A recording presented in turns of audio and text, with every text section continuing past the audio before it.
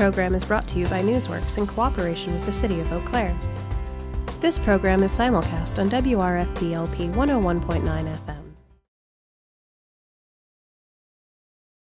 Structural, but they have the plan for that retaining wall, but I don't think it's out of the question to do that.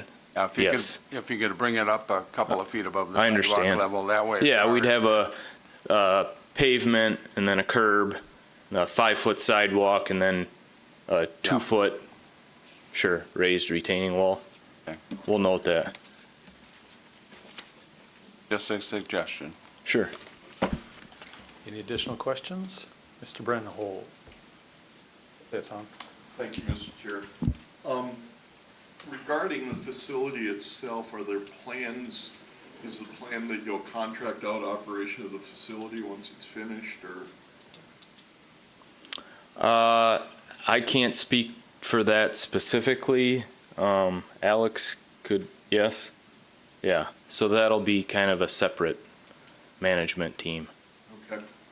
And then, one more question, Mr. Chair. Please. It'd been suggested that some number of units be designated as affordable housing. Do you have any comment on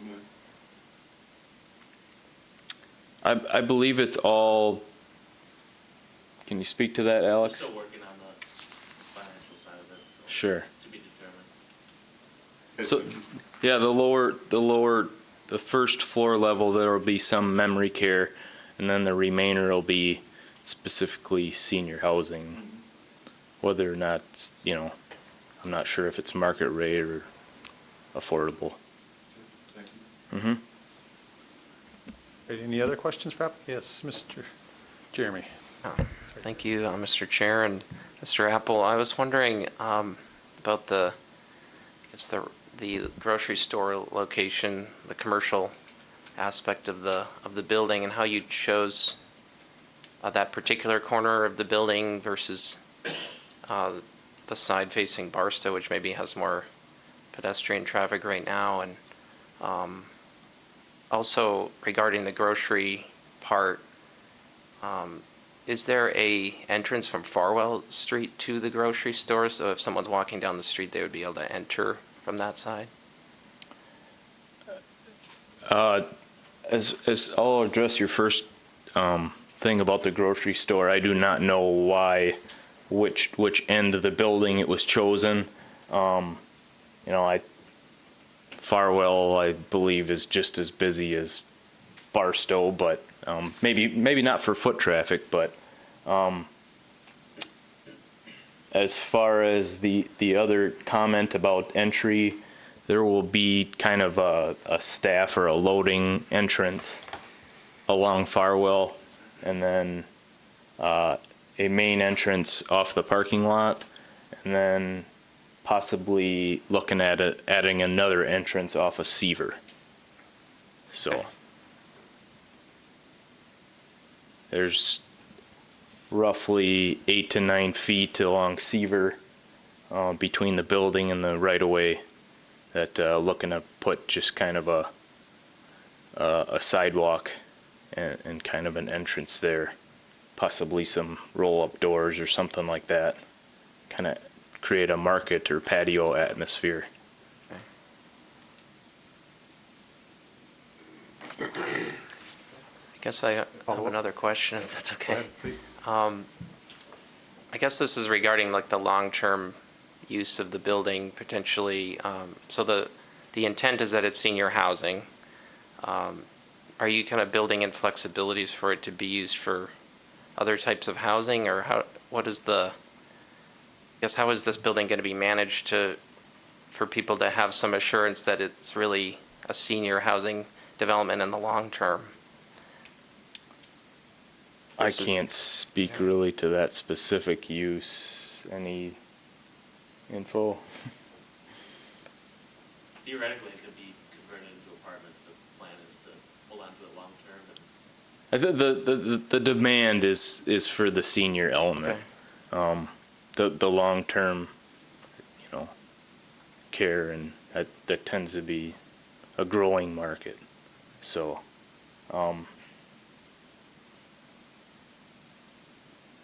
That's Thank what I you. know. Sure. Any additional questions? Got one more. You have, is there a start date for this yet? This spring. Yep. I believe, finishing up in 2020. Something around there. So it's Coming up? a large project. Yeah, certainly. Okay. Last chance, any other questions, Matt? All right, thanks. Thank you. So now, this is a public hearing, so if there is anybody that would like to discuss this item, now is your opportunity. Come on up. Thanks.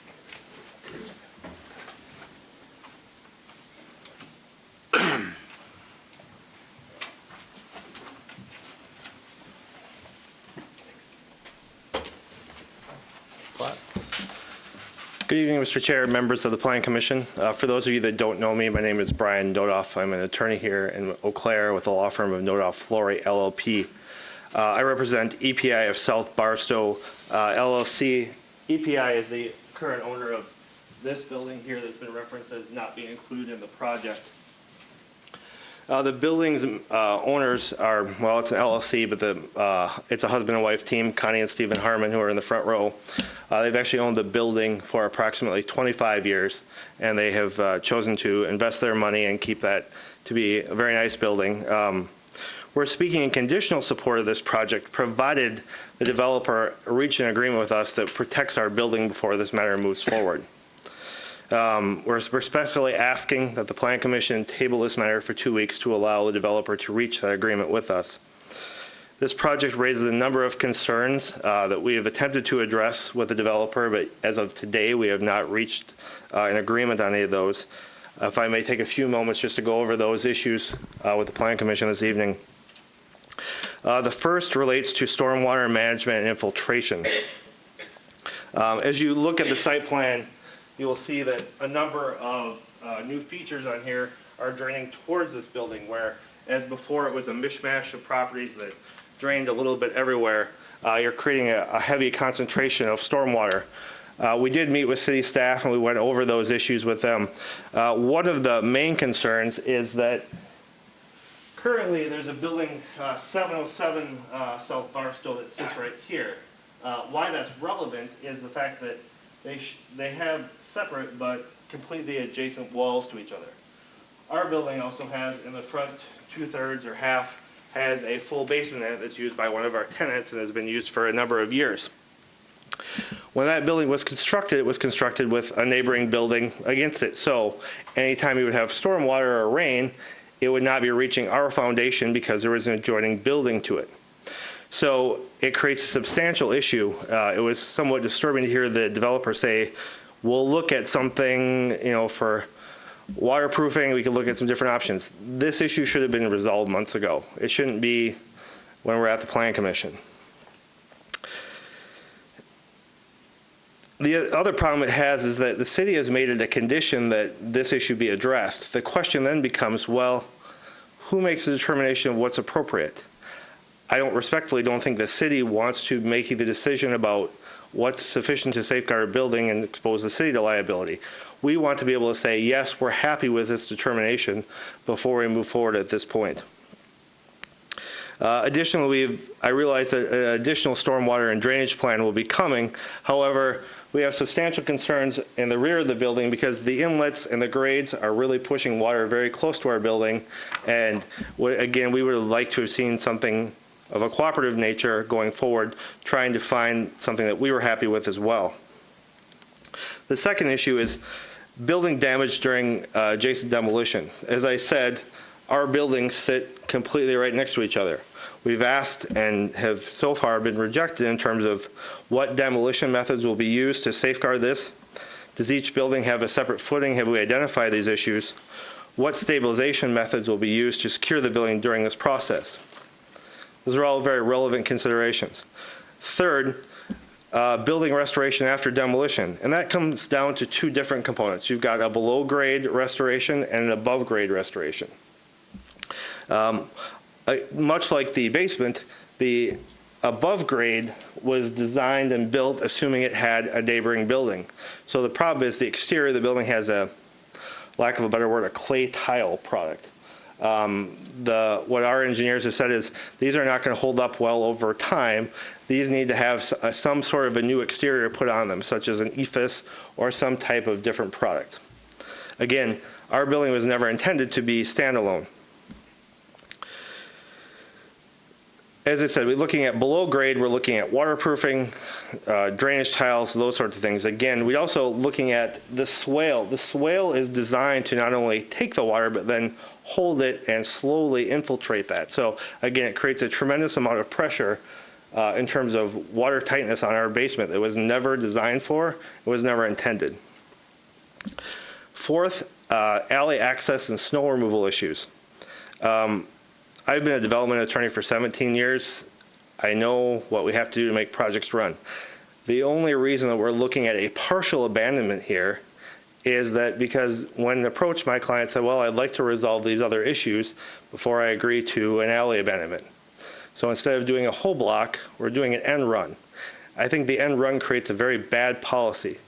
The city could do it, but why on earth would the city want to maintain a portion of an alley that serves no other purpose than to act as a private drive? It also creates what I believe an unfair onus on my client, because under your code, long-term improvements of an alley would be done by the city because it remains an alley. The problem is that those long-term improvements can then be especially assessed against the adjoining property owner.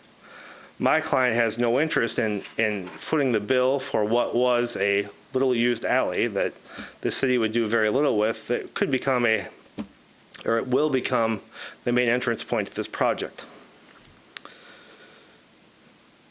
The other concern we have is that the developer has said that they will grant an easement through the development once completed for access so that you can continue through the alley.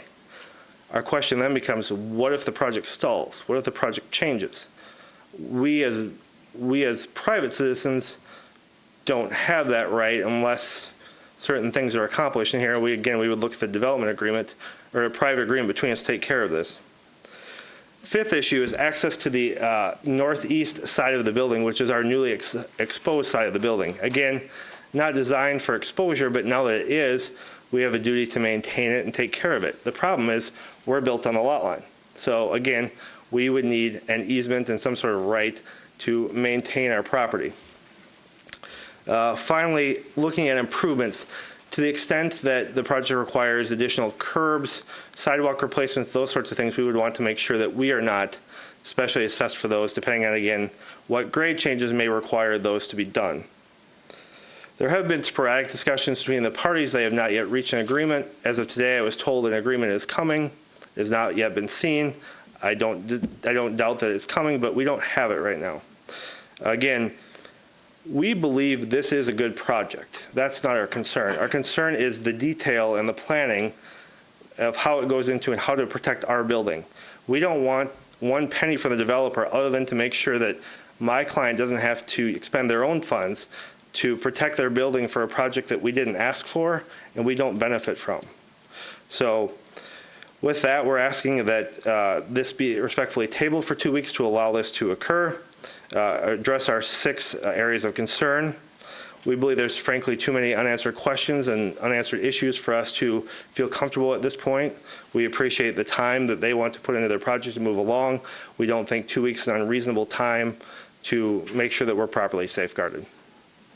Thank you, Mr. Chairman. Thanks. 1 second. Any questions for the speaker? Yes, Terry. As far as the south facade of the building, of your client's building, was that building there first, or was the building south of them there first, or did they go up at the exact same time? I believe Mr. Harmon can actually detail. Mr. Harmon, can you speak to that?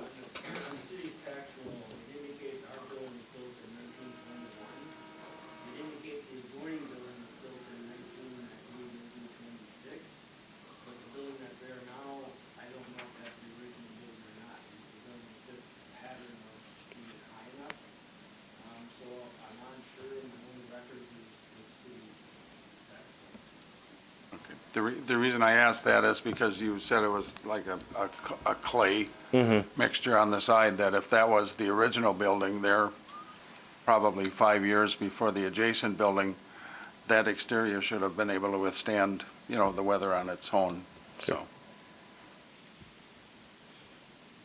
The building is, if I could address that, the building is approximately 120 feet long and approximately.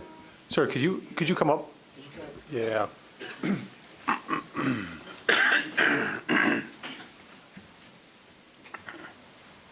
Sir, if you would state your name and address. Steve Harmon. To the microphone. Yeah. My name is Steve Harmon. My address is 2647 Elk Mound, Wisconsin. Our building is approximately 120 feet in length. It's questionable what the history is on the construction of it. We believe the back 40 feet approximately was added on sometime shortly after 1921. It consists of brick. The building itself, the wall, as evaluated by Lean and Peterson, consists of 3 courses of either brick or this clay tile. And only that back portion is brick and then clay tile, clay tile. The front, approximately 2/3, consists of clay tile, and clay tile, which is normally the normal process during that period of time, since I wasn't old enough to know. I've been told that it only is used if it butts up against an adjoining building. So I don't know what was there, if we built up, or whoever built that building in 1921, if they built up against a building, and then at a later date that building was tore down and the present structure was built. We don't know. Is there anything else I could try to answer for you? Again, it'll be interesting too to see whether the foundations are separate or somehow conjoined together, if the both buildings went up at approximately the same time. Yeah, we don't know their footings. I guess there's a lot of unknown issues that we don't know yet. We would sure be more comfortable if we had more answers. But anything else? Additional question? Yes, Mr. Seymour. Thank you. Yeah. Do you honestly think if we delayed this for 2 weeks, that would be enough time? Well, there's been a number of things that have progressed over the last couple of months. We've had engineers involved, Lean and Peterson, in evaluating the building. We've had a shared force is the company's name that came through to do an appraisal on JCAP's part and our part, kind of as a neutral party. His report is supposed to be issued on Friday of this week or the beginning of next week. I guess it hinges on the developer's part of whether or not they've got everything they need. And on our part, we can respond to their proposal quite rapidly. We don't want to slow them down at all. In today's world, with the increasing of interest rate, we know time is money, so we're not here to slow anybody down. We want to move forward as rapidly, as fast as we can. But one of the issues is that once their adjoining building is tore down, we're vulnerable starting that date, not a year and a half from now when they get the whole complex built. So we're going to have to be addressed immediately, to be protected, especially with spring thaw starting and things like that. Jamie, Follow up. Go ahead. if I could, do we meet in 2 weeks or is it 3 weeks? It's in 3 weeks. 3 It's in 3 weeks. And is there any way we could ask the developer about this delay? Or is it too late? I'm sure we can, yeah. Bring Do we it want back to up. wrap up with these folks, Sure. and then we can ask Thank you. JCAP to come up? I think it's fair. Any additional questions for applicant? If I may just briefly respond. Yeah, Brian, yeah. It's, Counselor? Those are very good questions. With respect to, I believe, based on the forest report that we anticipate coming and Lean and Peterson's work already, I have no doubt that we have enough sufficient information to move quickly. Again, communication is always a two-way street. Nobody's perfect. I'm not trying to cast stones, but what I am saying is I've been working on this since October 11 of 2018, rather, and this can go together very quickly. it doesn't, 3 weeks would be more than enough to take it. I do a lot of development projects. Nobody wants to delay. That delay is not going to make or break a project, and we can get it done quickly. Thank you. Any additional questions? All right, I don't see any. Thanks, guys. Thank you, Mr. Chair. Thank you. Okay, we want to have JCAP address now, or should we bring it back at the end? Okay, let's do it last, yeah. So if there's anybody else from the public that'd like to discuss this item, now would be a good, yeah, thanks.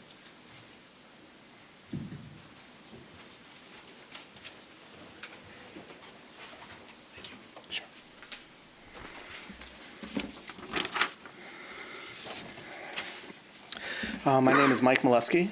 I actually live in Chicago, Illinois, but I own the commercial property right across the street from where this development is going to begin. I just heard about this a couple weeks ago. I wish I would have heard about it much sooner. There's a number of things I want to cover, and I'm going to cover them as quickly as possible, just for your consideration. One of them is that on the corner of Farwell and Emery is a Sears Craftsman house. This, by my estimation, was built in the early 1900s, and it'll be gone forever. It's a shame to see another historically significant property in Eau Claire be removed and not be replaced by something similar. I also feel that the neighborhood around Wilson Park and the south to north entrance into downtown Eau Claire will be gone by making the zoning change as well. It will not be pleasing to the eye to see a 6-story or a 5-story building where on one side of it you're going to have 1 to 2-story homes that were built in the middle of the century, and then on the other side you're going to have 1 to 2-story commercial properties. I just think it's going to stick out like a sore thumb, and I don't think it's going to be very representative of what we're trying to achieve in Eau Claire. Also changing the zoning, as I just said, you're putting a building with 150 residents, which is the same amount that's in Park Tower. Park Tower, as you know, is up against the East Hill, and it has really no impact on aesthetics at all, but there are 150 residents there. Now we're adding another 150 residents right there on a parcel that is much smaller than what Park Tower is on.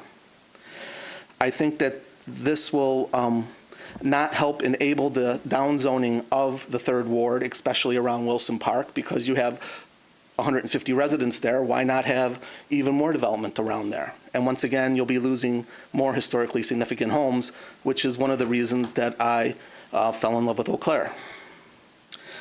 And also, it'll just look odd when you're coming in from the south to the north, that you have this big building here, and then it goes down, and then there's no gradual transition. I just think you have to really think about this. This is going to look really odd. I know it looks like a beautiful building when you look at it, but it's all by itself.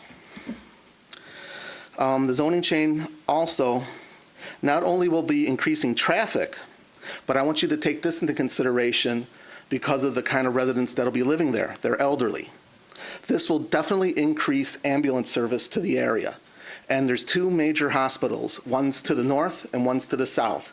So you'll be having ambulance service increase going through the residential neighborhoods of the Third Ward, as well as going through the business districts of downtown Eau Claire on Barstow and Farwell Street.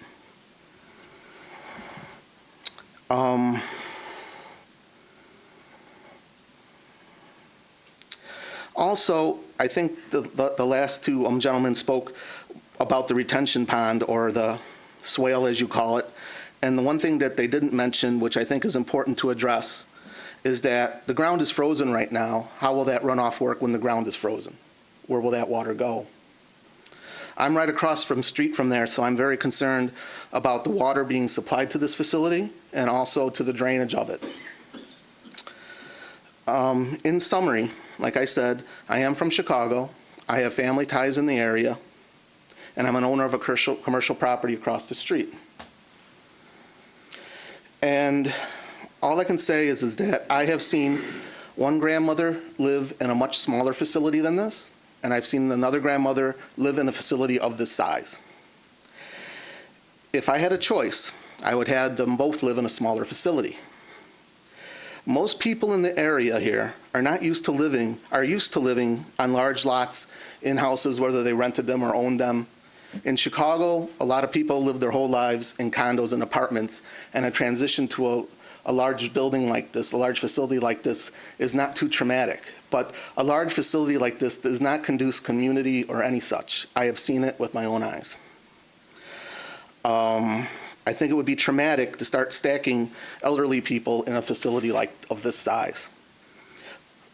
Right now, in Chicago, projects like this are being torn down, and they're being scattered to smaller facilities throughout the city. I want you to take that in consideration. A building of this size is being torn down in Chicago right now so that they can make smaller facilities to take care of the elderly.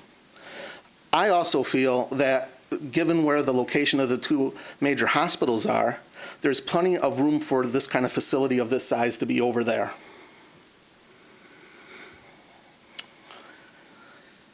And this is the last question I'd want to have you consider. Would you want your parent or grandparent to live in a facility of 150 residents, or would you want them to live in a facility that was much smaller? I thank you for your time. 1 second. Any questions for sure. the speaker? Oh, please, go ahead. Don't have any. Okay. Thanks a lot for coming up. No problem. Is there anybody else that would like to discuss this item? Come on up. Yeah, thanks.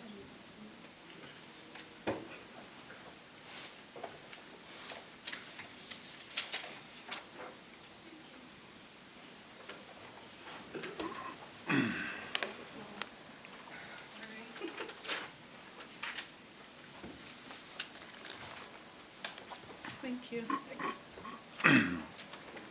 Hi, I won't take up too much of your time. That was my brother Mike. I'm Vicki Molesky, and I live in Thorpe, Wisconsin, and I run Galladay Gallery, which is in 618 South Farwell.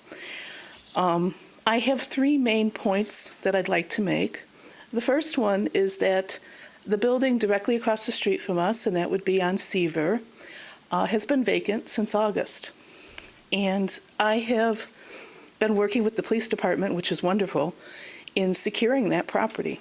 We have a homeless shelter that's right on Barstow and Seaver, and there has been a lot of action that has gone on there. When I heard that this was going to be a memory care facility, I was a little concerned about that as well. I've had to work with Park Towers and their staff in helping them to manage some of the people there. And as a crisis worker, I am skilled at doing this, and I'm fine with doing it, and I want to contribute to the community. However, I don't need 150 people to have to help too. So I want to make sure that you consider this fully. It's a lot of people. My brother's covered that quite well. The other part is that, let's see, I got more nervous than I thought. Hold on a second. 2 points.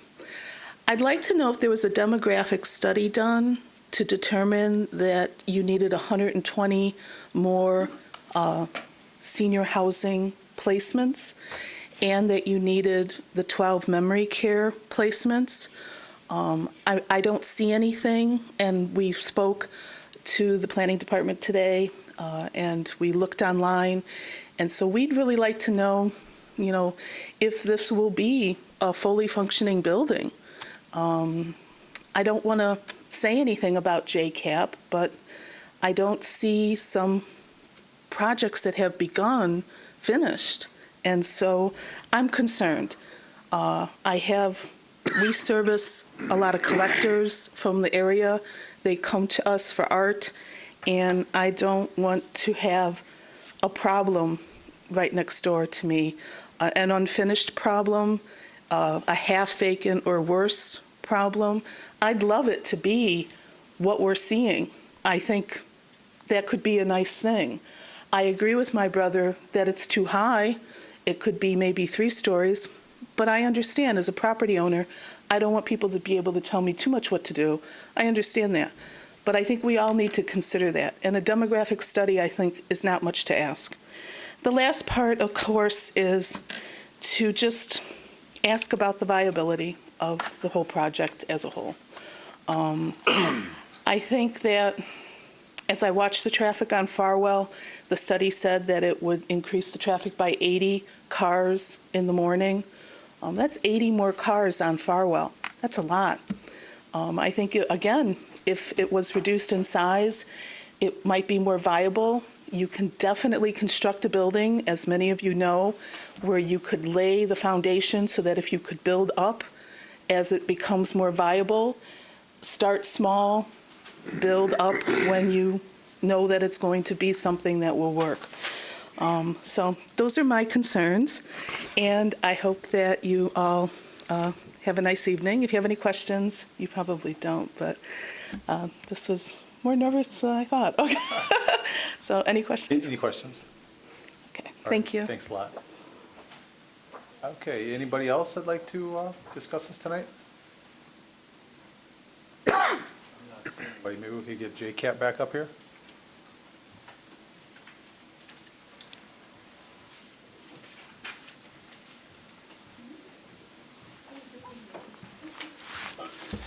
My name's Alex Paternos. I live at 704 7th Avenue in Eau Claire. All right, thanks for coming up. What did we want to talk about, a potential delay? Is that? We think if we move past Plan Commission and go to City Council, we'll have a contract in place by then. We have one sitting on our desk right now at work. We were only granted access last week to do the structural study. I guess thinking about the city's protections going forward, I mean, engineering will see everything and have to approve everything.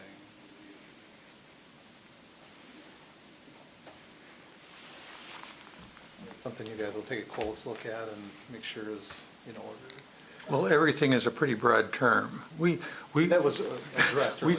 We will look at the waterproofing of the adjacent building. However, the waterproofing design will be done by a licensed engineer, and it'll be their license and their professional, the professional license and insurance and all that will be what's on the line. And so we would think that the engineer that's designing that would have more expertise in that matter than we will. We will review it as we do everything to make sure that it's reasonable, but the design of it will be on the integrity of that license. As far as the other matters with changing street grades and stuff, we don't see where that will happen. There are enough other things going on with that road that all the grading changes will be back on the site. So there won't be issues with that. One of the concerns was the alley vacation, or at least not adjacent to this building. We will look at that part of the alley as being part of the driveway coming into this facility, so these developers will be responsible for reconstructing that and the maintenance of it, not unlike a driveway approach in a residential neighborhood that goes through the boulevard. The other issue would be access. It is a public alley adjacent to this building, and so the adjacent property owners will have access. One of the conditions that we're putting on the vacation is that there also be an ingress and egress easement so that any vehicle that comes into the alley to offload or whatever they do may continue on through the parking lot and come back out to Barstow Street, as opposed to having to back out onto Seaver. So I think those issues have been handled. The main one being, I believe, is the waterproofing of the foundation, and we will look for a licensed engineer to do that design.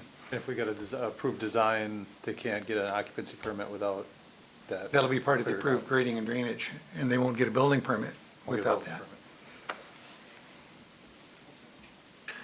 Fair? Yeah. Any questions? Mr. Larson? Mr. Jensko, can you address the assessment if there's a sidewalk needs to be replaced and a new apron put in? Do the neighbors get assessed for that? Only if it's adjacent to and for their property. Now, these driveway approaches and sidewalk modifications around the driveway approaches, those will be adjacent to this development. So the adjacent property owner in the existing building won't see any assessments from that. Where they would see assessments would be if in the future we reconstruct Barstow Street, and I'm looking, Seaver Street is the other one. If there's a street reconstruction project, they would have the assessments that they would have normally. I believe the property's owner concern was that if this particular project required modifications to those street grades, then there would be construction in front of his property. But we don't see where that can happen because the street is pretty much sidewalk to back a curb to street to the other side. There really isn't a way to change those grades without impacting the whole block. And we would not allow that for this development. Okay, thank you. Mr. Weld. Thank you, Mr. Chair. There was a couple others, I think, Mr. Jensko, that were brought up in regards to the demolition, during the demolition process. Is there something between the two owners in the event that there is damage to their building? Does that just fall on insurance and a claim between the two parties, or? I'm going to look to the director to answer that. Engineering doesn't get involved in the demolition permits. Sorry, Scott. That's fine. Ready to go. That's usually a civil matter between the two properties. Again, you can hear they've been trying to work out an agreement up to this point to determine how any of that could operate. In terms of the demolition permit, we'll review what's being proposed and certainly look at any other kind of potential impacts on neighboring properties, not just private properties but also public property as well. So that is part of the review. They do need to provide some sort of contingency plan or kind of security plan in terms of how that will operate. So it's not just this shared wall per se, but also impacts on all those public rights of way, as well as traffic controls, things like that. So there are a number of things that we look at. It's a little bit broad, based context based on the project, but we'll certainly take a look and see what they're proposing for any kind of protections along those property lines. That would be a part of the review then? Is that part of the demolition permit review? Again, as Mr. Jensko mentioned, a lot of that will be coming forward from other professionals, and we then would just review their kind of professional opinion. We don't dictate what those protections need to be. It's just based on what's submitted to us. Follow up, one other item that was mentioned was having access to maintain the building itself. Is that something that should be cleared up, or is that? That, again, also, I anticipate that to be a private matter. I don't know if Mr. Jensko wants to respond based on that easement, if that's something that would be a part of the easement requirements, or is that simply just access easement for that alleyway? Yeah, the ingress egress we are discussing would be for alley traffic to come down through the center of the parking lot and out the driveway approach. There certainly will be access on the alley side of the building because that's a public alley adjacent to the building. Right. As far as access on what's being referred to as Plan South, which is the side next to the biofiltration device, that would have to be something worked out between the property owners. I should note that the applicant is identifying a 3-foot landscape strip there. So again, I don't want to speak for the applicant, but anticipating there would be some ability to access that newly exposed wall along there. It's not a swale straight up to the wall. There's at least a 3-foot strip that there'd be some ability to access that part of the property. Thank you. Any additional questions? Oh, we got a lot. Terry. One of the other items that the lawyer brought up for the property owner in the northwest corner of the block was what happens to that drainage swale and water during this time of year when it's frozen and there is no infiltration. Is there going to be drainage that handles surface water at that time? Yes, it would function essentially frozen, act just like a curb. There's a inlet at the end. It's got a 1% slope to it. So that would be all also a safe overflow to the street versus the grades that are there higher up on the building. We did add that 3-foot landscape strip just for access. It was in lieu of possibly like a sidewalk there, or a 4-foot sidewalk. Rather than that, put a simple landscape strip that could be just rock mulch. That would, and that's something that could be worked out long term. But rather than put some hardscape that's got to be, maintained in the future,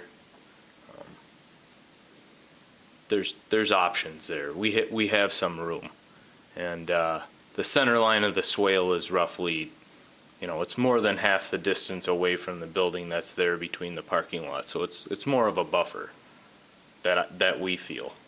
So in your opinion, drainage, be it in the summertime where you can have infiltration, or during the wintertime where it's frozen and it's runoff over the top with an inlet, that should not impact the building to the north? Correct. It doesn't have a sump to it. There's going to be a drain tile in it also.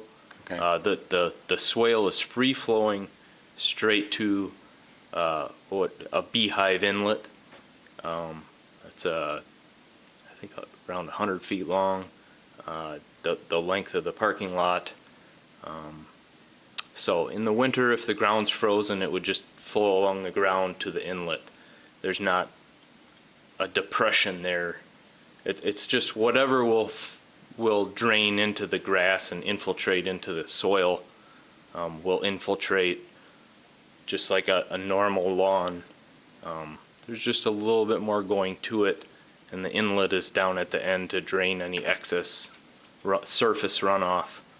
And then a drain tile located approximately 30 inches down that would help drain any, saturated soils there. Okay. So ideally, that would help protect any, excess moisture in the ground. Yeah, if I could elaborate on that just a little bit more. There are two types of rainfall that we design our stormwater systems for. There's the smaller rainfall event that if we can capture most of it and treat it, we've improved our water quality. But even with that, there'll be larger events. And every one of these biofiltration swales, every other water quality device that this Plan Commission and Council approves will only handle those smaller rainfall events. And so in the summer when we have the larger ones, this facility still has to convey it. And it's kind of what Matt was saying, is that once you lose the ability to infiltrate through this engineered soil, which is designed to take a slow infiltration rate, the water runs through the swale, goes into the beehive inlet that Matt was talking about, and gets put into the public conveyance system and out to the Chippewa River. So whether the ground's frozen or whether the infiltration has met its capacity, there's still conveyance in there to get to that beehive inlet. Hopefully that will alleviate some of their worries about the drainage. Yes, Mr. Brenholt. Thanks, Mr. Chair. Can you tell me a little bit about the research that you did to ensure that this can be a successful 5-story, 150-unit, 150-person senior housing unit? Yeah, absolutely. We've done 2 independent market studies from a third party, as well as a qualitative analysis done by our management company that's going to be taking over the facility, Ecumen, out of Minneapolis. They're a nonprofit. And it was, there's 3-year waiting lists for similar facilities. I'm sure you're familiar with the Classics out in Altoona. There's currently a 3-year waiting list there. So all the market studies were very favorable. Great. Any other questions? Jeremy. Thank you, Mr. Chair. And, thank you guys for answering all these questions. I had wanted to dig in a little bit more into the sidewalk and the ramp area of the project. The sidewalk that goes from Barstow Street to the building. I'm just trying to figure out, if you have a railing on one side and parked cars that are maybe overlapping over the sidewalk on the other, I was wondering if you guys would consider doing a wider sidewalk there and finding a way to fit that in, maybe like a 7-foot sidewalk, just so that people can still get through. I think it would be a little congested as it's designed right now. Take that into consideration. Any allowances would have to come through the width of the ramp. Like I said, I think it's going to be 5.5 feet with the top of the curb, but I believe we have 20-foot stalls. We can always use concrete bumpers as well to keep the cars from pulling up over the sidewalk. Okay. We do that in quite a bit of our properties. Okay. That would help a lot. And then, I guess a follow-up question about so when the ramp enters the sidewalk on Barstow Street, the public sidewalk, how are you imagining the sight lines being and for vehicles to be able to exit and be able to see pedestrians? Has that been, I guess, how have you designed the exit and entrance there to make sure we're making sure that pedestrians are protected from vehicles exiting? There's 14 feet from the building to the right-of-way.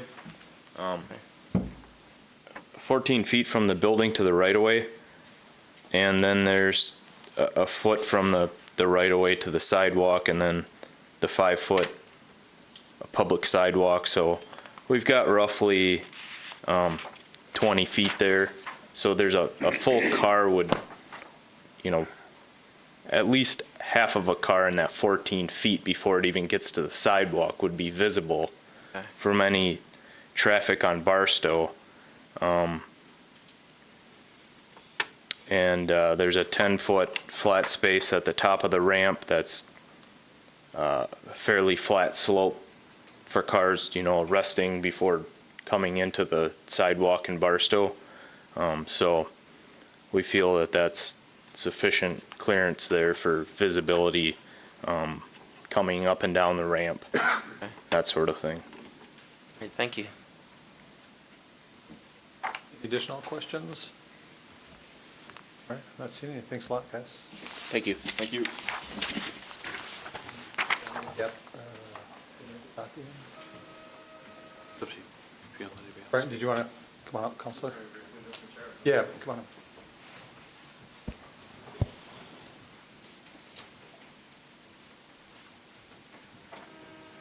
It's up by brief points, and I know when an attorney says brief, that's all relative.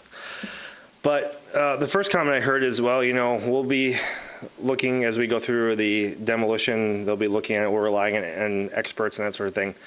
I appreciate that, and I have a very high opinion of the city staff. The problem is, my clients don't want to rely on future governmental protection. We want to reach an agreement that we're comfortable with. We know the engineers, we know what's proposed before we move forward. Otherwise, this becomes a piecemeal process of, this month we'll look at the waterproofing, next month we'll look at shoring up the building. We just want to know before the process gets going where we're going. We don't want to have to continually go back to staff and try to inject staff, what should be a private property issue but should have been dealt with months ago. Second, one of the things is saying, well, they'll have to waterproof, otherwise they won't get an occupancy permit. Depending on when they time that means our foundation can be exposed for a year or more. Because again, they don't need an occupancy permit until they occupy the building. That's sometime in 2020. So again, that may not happen, but we don't know. My point is, we would like to have these things set ahead of place. Third, I'm frustrated when I hear the agreement that's coming. I've been working on this since October. On December 14th, I received a letter from the developer saying, if your client doesn't cease and desist speaking with the city, we will reserve the right to sue you. This is not how this works.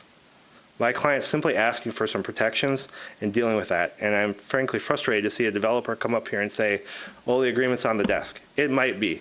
It should have been here months ago. We don't think asking for the 3-week delay to actually make this happen is unreasonable. We've been here for 25 years. We've put our money where it is. We're simply asking to be protected and not have to be chasing this for years and months and that sort of thing. And several people said, well, this is a private property owner issue. It is, but the problem is I don't have a unilateral mechanism to force them to give me an easement to access my client's property on the side. There isn't a legal mechanism that I can just say, you shall give that to me. The other thing they say, well, we've got 3 feet here. We've got a building that is at least 20 feet, if not more tall. 3 feet with a ladder doesn't work. These are all the details that should have gone into planning this issue for months. Again, this is a good project, but the devil is in the details, and we're just asking for the protection ahead of time, as opposed to try to make staff do the work of what should have been done months ago. Thank you. Appreciate it. Any questions?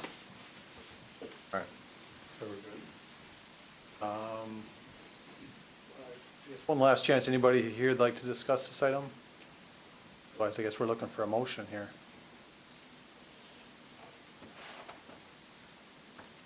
Want to make a motion? I'll move to approve All right, thanks, with Terry. staff recommendations. Okay, we got a motion, looking for a second.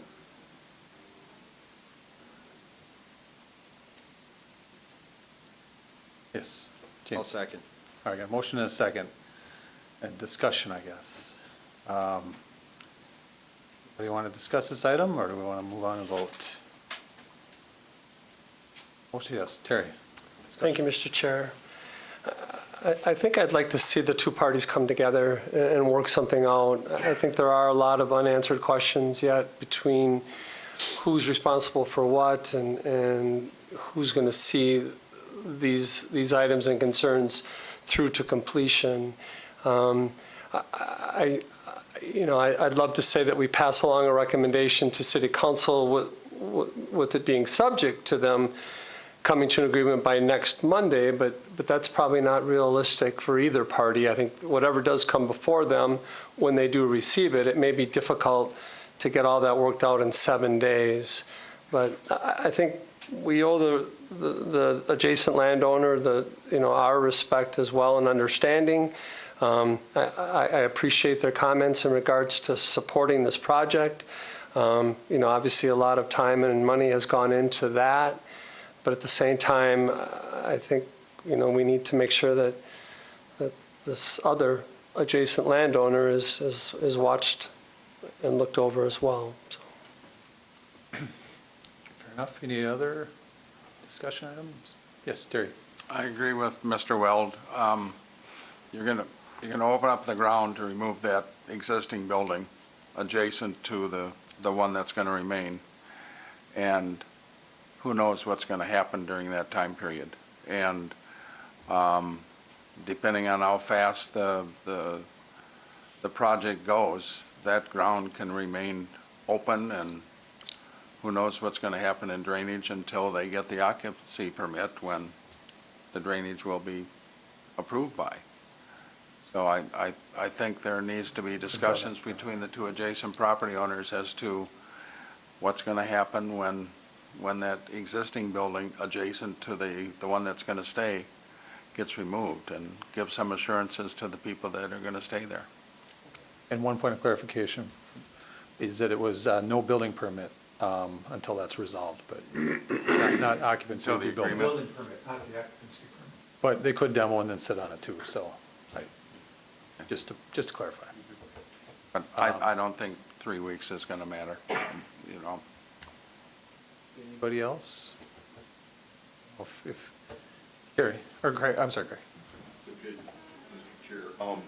I would also agree with Commissioner Weld, Commissioner Peterson. I think there's a lot of unanswered questions right now. I guess as a point of order, do we need to make a motion to table in lieu of the motion we just made? Or how do we approach this? That would be where we need to go next. Oh, yeah, motion to table can occur at any time. So you would not have to remove the current motion. So we could, if somebody wanted to make that motion now, we get a second, then we could. I'll make the motion. But it does postpone for 3 weeks. It does end discussion tonight. That I should clarify with Okay. that. So if you do care to still discuss tonight, This is kind of important, so let's make sure we get a chance to talk about it. If anybody else has discussion on this? Before it's tabled. Before we go. Once you do the tabling, then it does Thank you. discussion. It's okay. Anybody else that'd like to discuss? Otherwise, maybe we entertain Eric's motion. All right. Yes, Jeremy.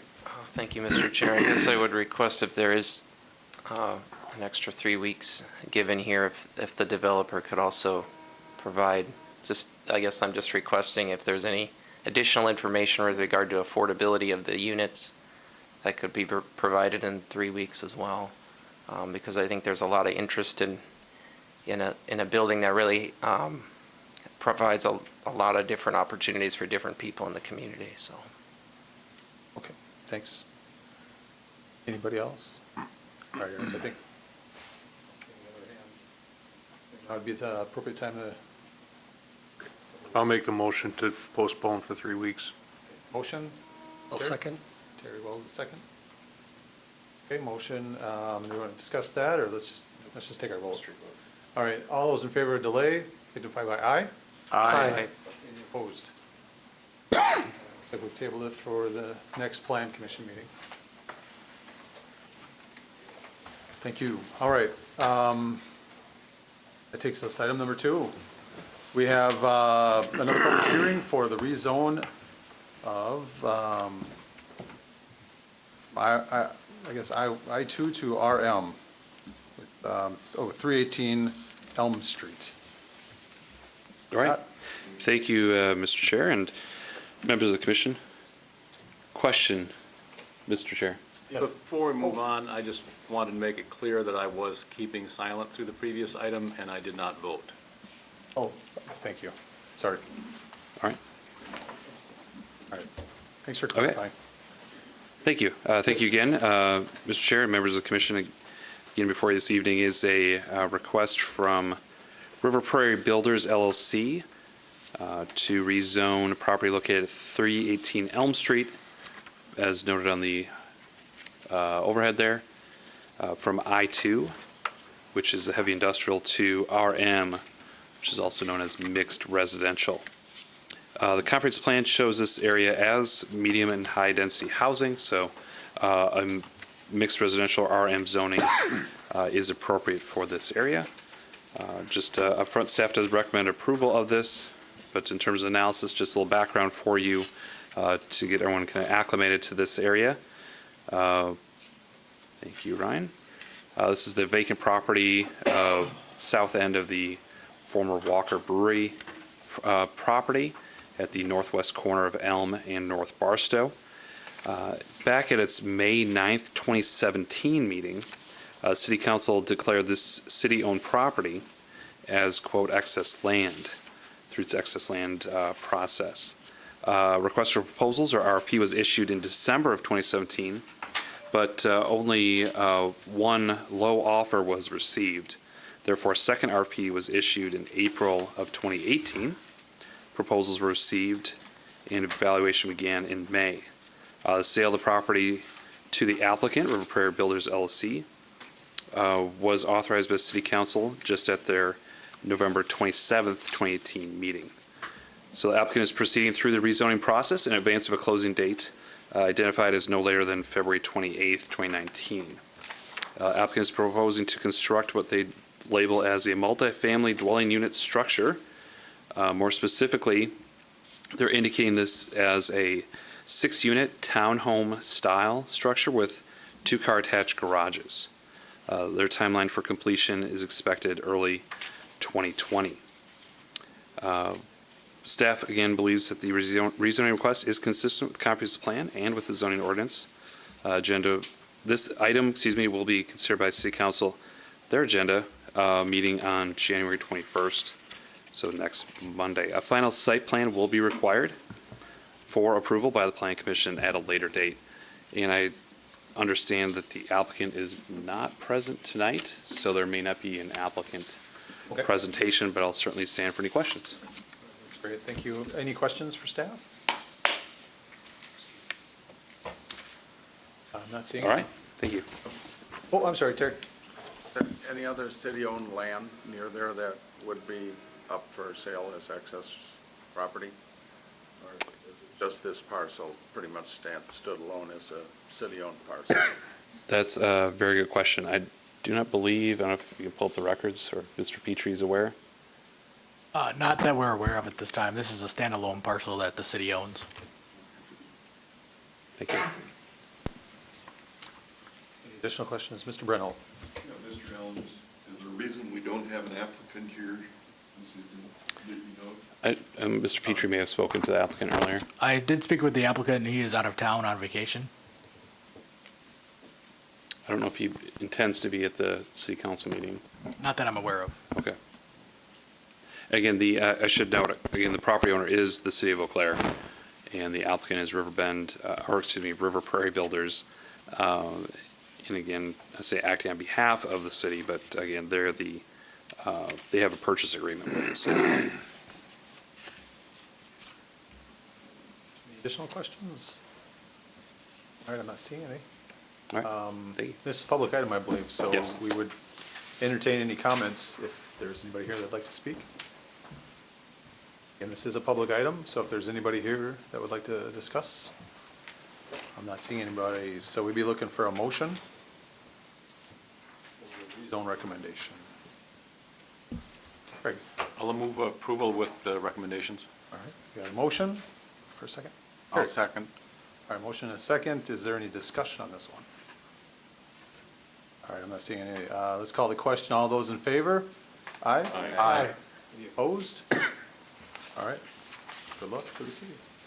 Item number 3, another public hearing for recommendation. Looks like we've got another rezone from I-1 to CBD. And this one's in the Cannery District. All right. Thank you, Mr. Chair and members of the commission. Before you this evening is a request to rezone property west side of Oxford Avenue between Cameron Street and Maxon Street from I-1 to CBDP, so it's Central Business District with a planned development. Also, before you then is to adopt that general plan for what is identified as an apartment building that would include reduced setbacks at the request of the applicant. The applicant is Cannery Trail Residences, Inc. Do know the applicant is present here tonight to give their presentation and answer questions. Unlike the previous, or somewhat like the previous agenda item that was property owned by the City of Eau Claire, this is property owned by Eau Claire Redevelopment Authority, or RDA. Property is about 1.2 acres in size. The proposed land use is a 3-story apartment. The applicant has provided a fairly detailed narrative for your review as well. Just show a general layout of the plan. Again, north is to the left of the screen, just for orientation, and Oxford is essentially running left-right or north-south on the middle of the screen there. The applicant is proposing a project in 2 phases. Again, multifamily residential within here the Cannery District. As the narrative provided by the applicant explains, the first phase, which you see a little more detail on here, would include a 71-unit 3-story apartment building. The proposed second phase would be immediately to the south of the first phase and would be approximately 45 to 50-unit apartment building. Currently, again, all the parcels on this proposed project are zoned I-1, which is light industrial. Again, this 3-story apartment structure is identified to be approximately 7 feet. Again, that's staff's calculation based on the code from the property line along Oxford Avenue. Again, per the code, that includes both porches and balconies. Again, the applicant provides some additional information, additional numbers and details, showing a little bit more detail in terms of where they are measuring that setback, 15 feet in some cases directly to the main wall of the structure versus simply to the porches or balconies. The applicant, again, in their narrative talks about how the first floor is set back further than the subsequent floors, as well as noted here, it's page 36 of the agenda itself. Again, the first floor is set back larger than the upper floors First floor is on a raised plinth, as it were, so it's a little bit raised above the sidewalk along Oxford. And again, I'll let the applicant describe a little bit more kind of the request for the reduction in setbacks. With that, again, staff has posed some concerns with the reduced setback because Oxford Avenue is a minor arterial with 6,200 vehicles traveling daily along the corridor. Because of the number of vehicles and the speed at which they're traveling, staff is concerned again just for the safety aspect. The base zoning requires a 20-foot setback when the first floor is residential. Although there are other properties and other structures, as you see here, that are set back closer to Oxford Avenue, they're all commercial in nature, with the exception of some of the existing apartment buildings immediately to the south here of the proposed project. But again, the remaining buildings are all commercial in nature. The project density is, again, 71 units for that first phase, additional 45 to 50. Total property is about 1.19 acres.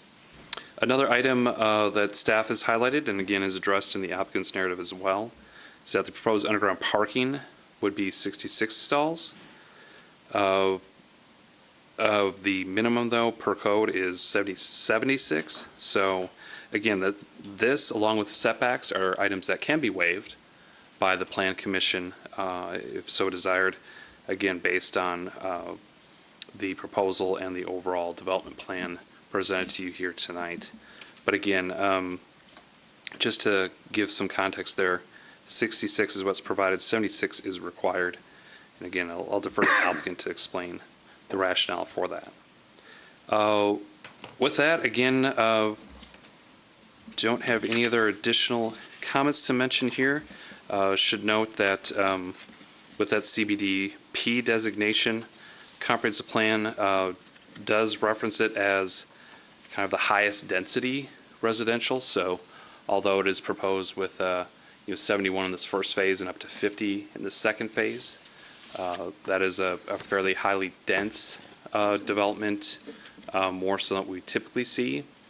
The Cannery District does look at this as providing for additional density and providing for mixed use residential and commercial in the general area.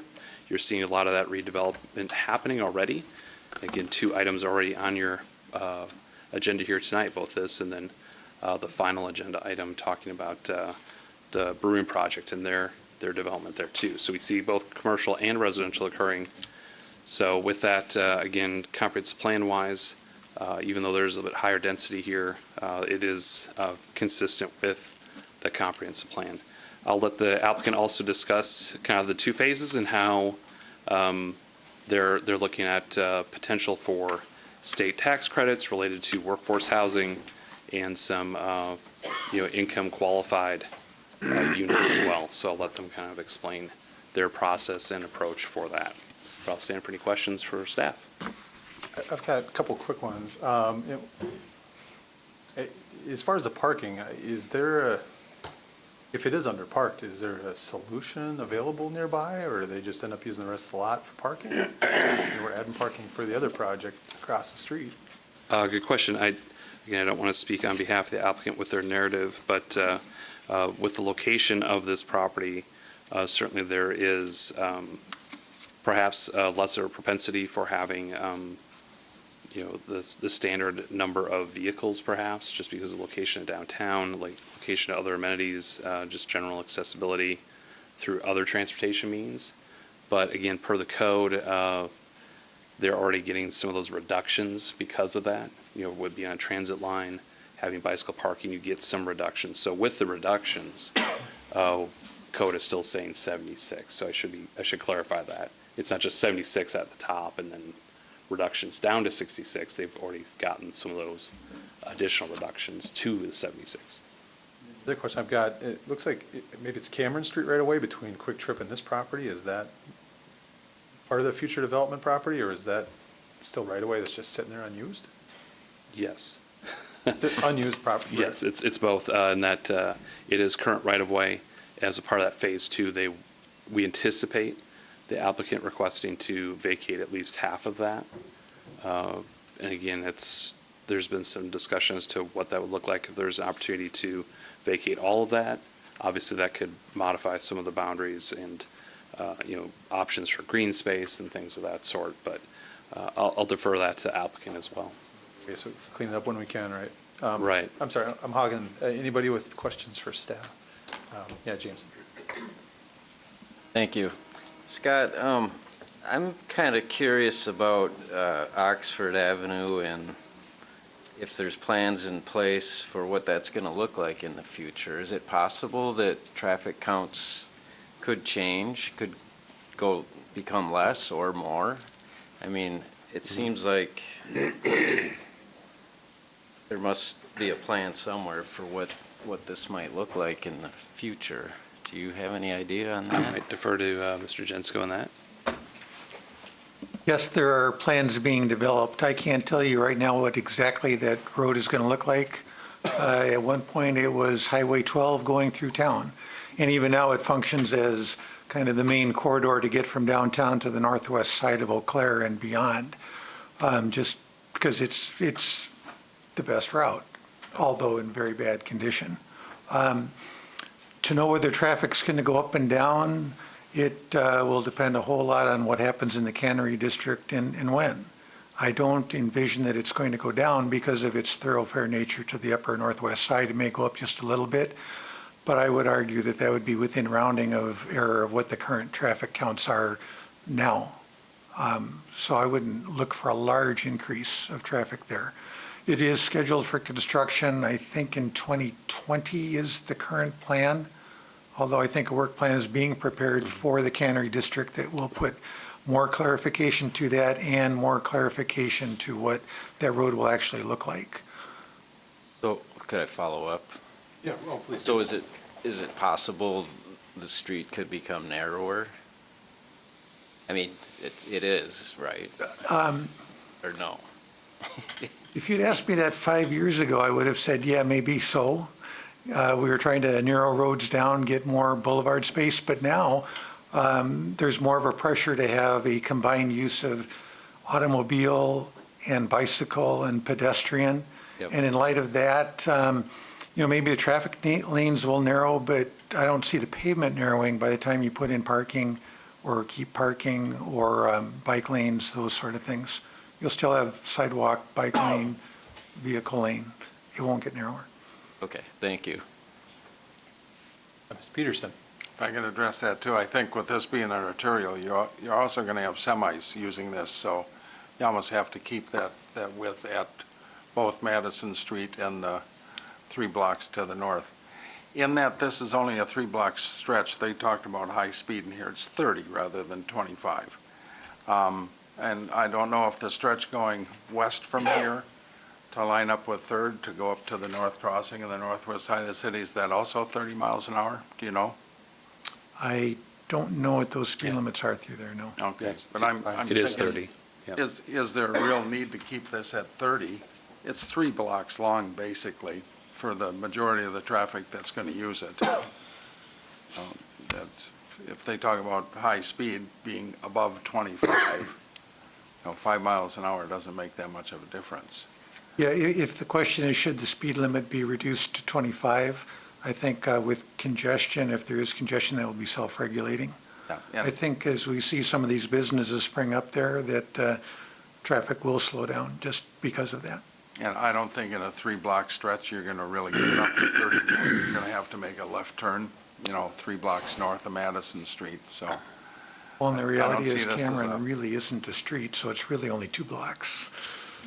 I mean, Cameron does not go through at that point. You only have Maxim and Platt are the 2 streets going through.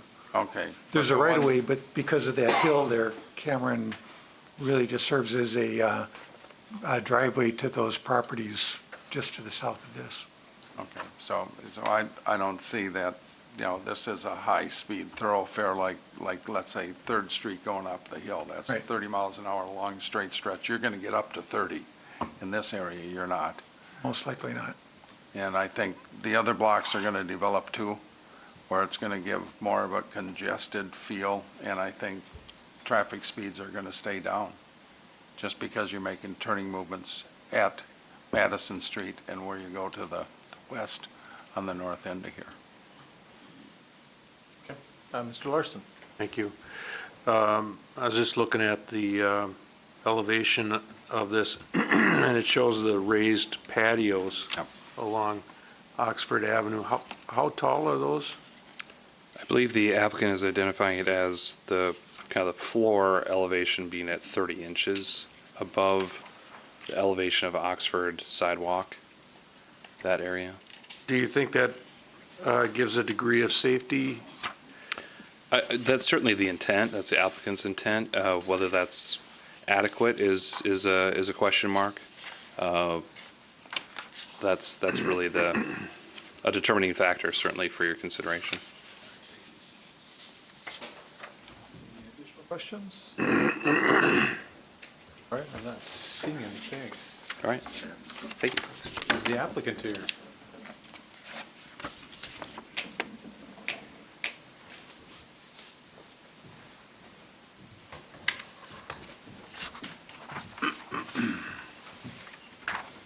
Hello. Hello, everyone. My name is Tyler Warner. Originally born in Eau Claire, Wisconsin. Scott, you did a great job explaining the project, so I don't know if there's a lot left to handle here, but we'll see what we got. So a little bit about me. I spent over 10 years developing properties in Madison and Green Bay. I've done everything from mixed-use commercial and with apartments above. All of the stuff that I was doing before has been market rate.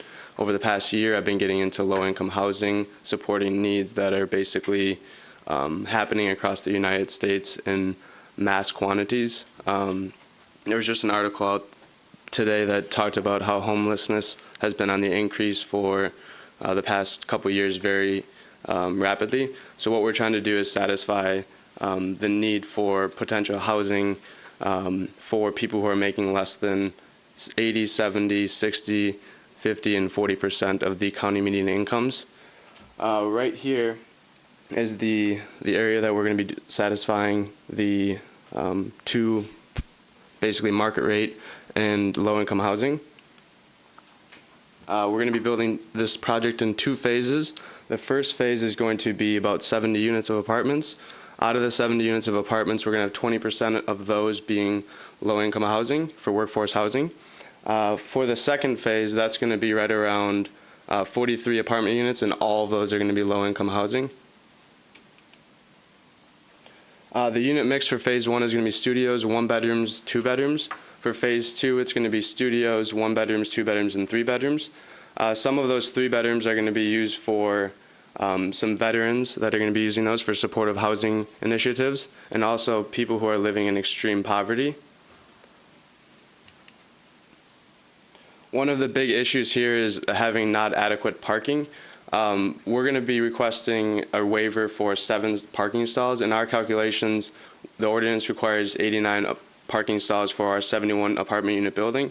With a 15% reduction because of the 50 or more bicycle parking stalls that we're going to be including within the development, as well as the 3 or 4 bus stops that are within a few blocks from our development, we feel that the adjusted amount from 89 to 76 is pretty good. But we think that because some of our residents, or a lot of them, not a lot of them, I'd say 5 to 10% of them won't be having cars because they'll be working downtown, we feel that requesting a 7-stall waiver from this ordinance of 76 stalls is fair.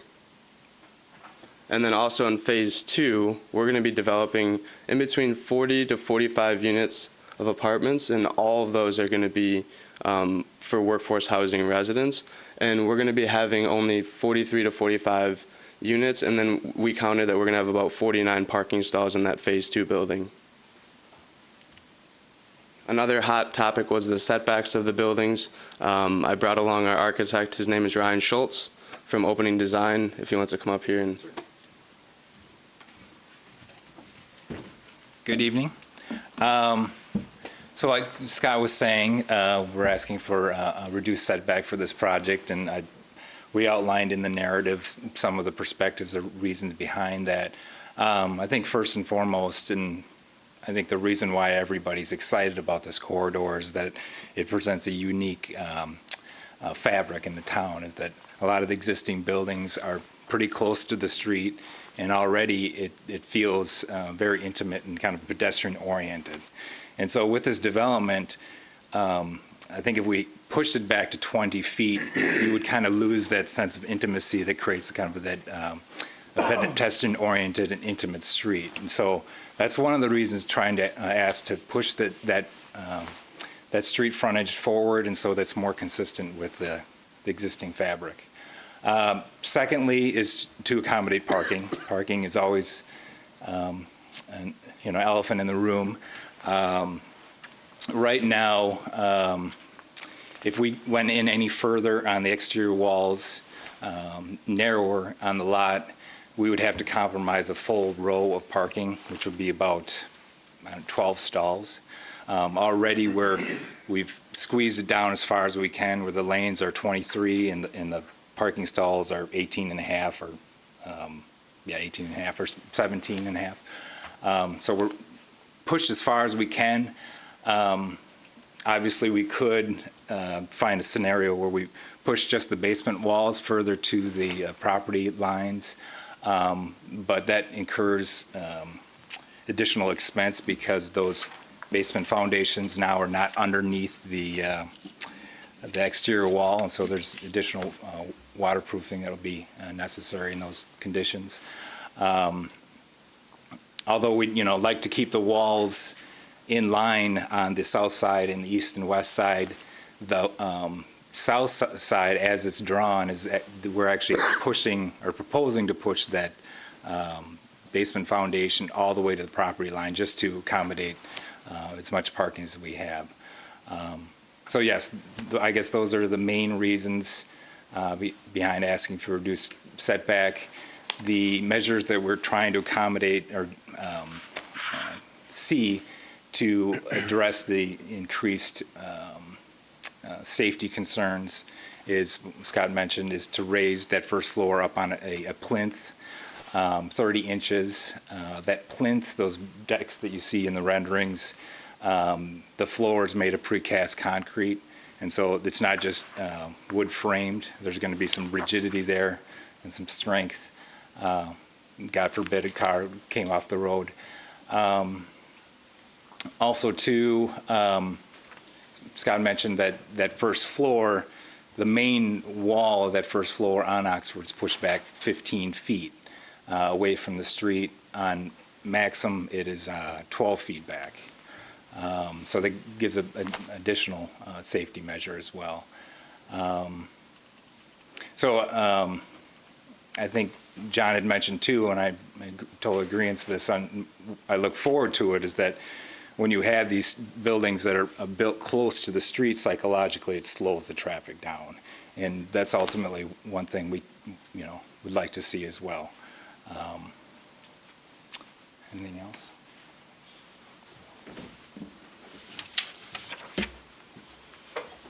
Now we'd like to open it up for questions. Any questions? Jeremy, I see you looking over there. You go. Yeah, thank you, Mr. Chair. Thank you, Mr. Warner and Mr. Schultz for being here and proposing this.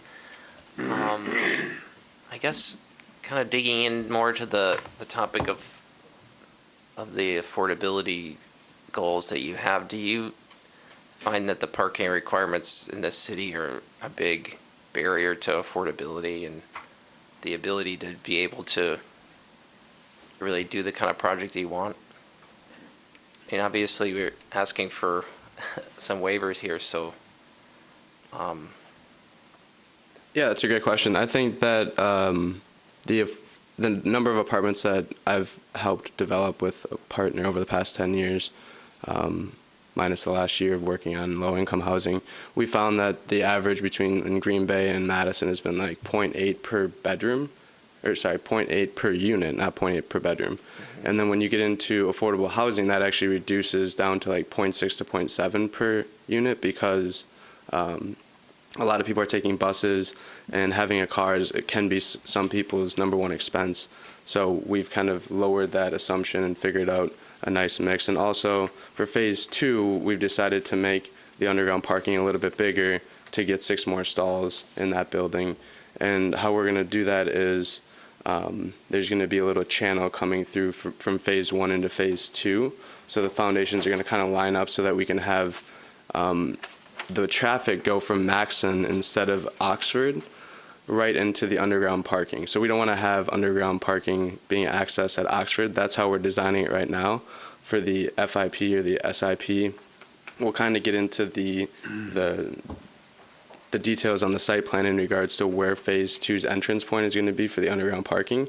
For phase 1, it is going to be off Maxon because we think that the traffic there is right now sometimes a little bit fast because it's hard to get out of that little parking lot behind Quick Trip, just in my own experience. So we're going to have it off of Maxon, and then we're going to figure out a way to combine the 2 underground parking spots right there. But yeah. Additional questions? Terry? Thank you, Mr. Chair. Timing for you and? Yeah, so for phase 1, we'd like to get going at the end of spring, early summer, and then open up in the summer of 2020, and then start the next phase at the beginning of the spring in 2020, and then open up in 2021. What we're really doing is working on different financing packages with WIDA for phase 1 because we're going to be supplying 15 to 25 or 20 to 25% of the units being low income or affordable. And then phase 2, it'll be at least 85%, but we're thinking 100% of the 43 to 45 units are going to be set aside for people making even as low as 30% of the county median income. So it'd be over the course of the next 2 years, we'd be opening them up. Follow-up, and maybe with Mr. Jensko as well. Do you see the 2 projects working together so that there isn't a repetitive cost to either party as far as sidewalks and curb cuts and the new construction for Oxford and the building?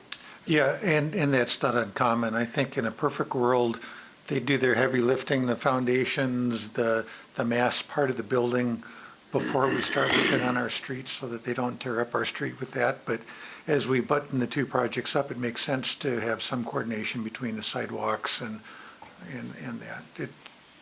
It should happen. Thank you. Yep. Yes, Mr. Larson. I have just a quick question. I apologize if it's in here somewhere and I missed it. Does phase 2 add parking stalls? Yes. Does it what? Add parking stalls. Yeah.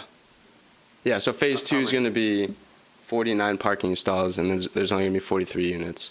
Okay. So we're actually going to have more parking in phase 2. Thank you. Any other questions for your applicant? Yes, I have a hard copy layout of the second phase. If anyone's interested, I can pass it through. Thank you. In terms of sequence, will you be clearing that corner building at the beginning of phase 1 project, or will that wait until phase 2 project? So we're working with the RDA on that. So the RDA currently is working on completing the purchase of those 2 buildings. I believe one or maybe both of them, Scott can add to that. They might have residents in them right now, but we'll be working with the RDA through their process. And I think it might make sense for one of our excavator contractors to work on that in conjunction with getting rid of some of the soils in phase 1. So that's something we're going to work with the RDA on. Sure. Thank you. Yep. If I may add, then the RDA is meeting this Wednesday. They'll be discussing that part further, where the buildings currently stand. Anybody else? Questions for applicant? No? See any? Thanks, guys. All right, thanks, Chairman. Thanks, Scott, and nice to meet you, Plan Commission. We'll be seeing you numerous times, I'm sure. Thank you. All right, it is a public hearing, so if there's anybody that would like to discuss this item, now is your opportunity. Come on up. Okay.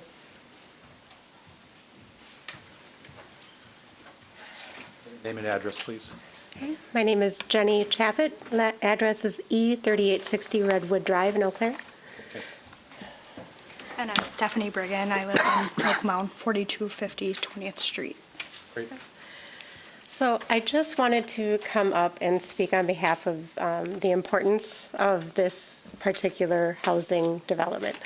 I've been in Eau Claire for the past 6 years now, working in our Housing Choice Voucher programs, as well as our homelessness programs.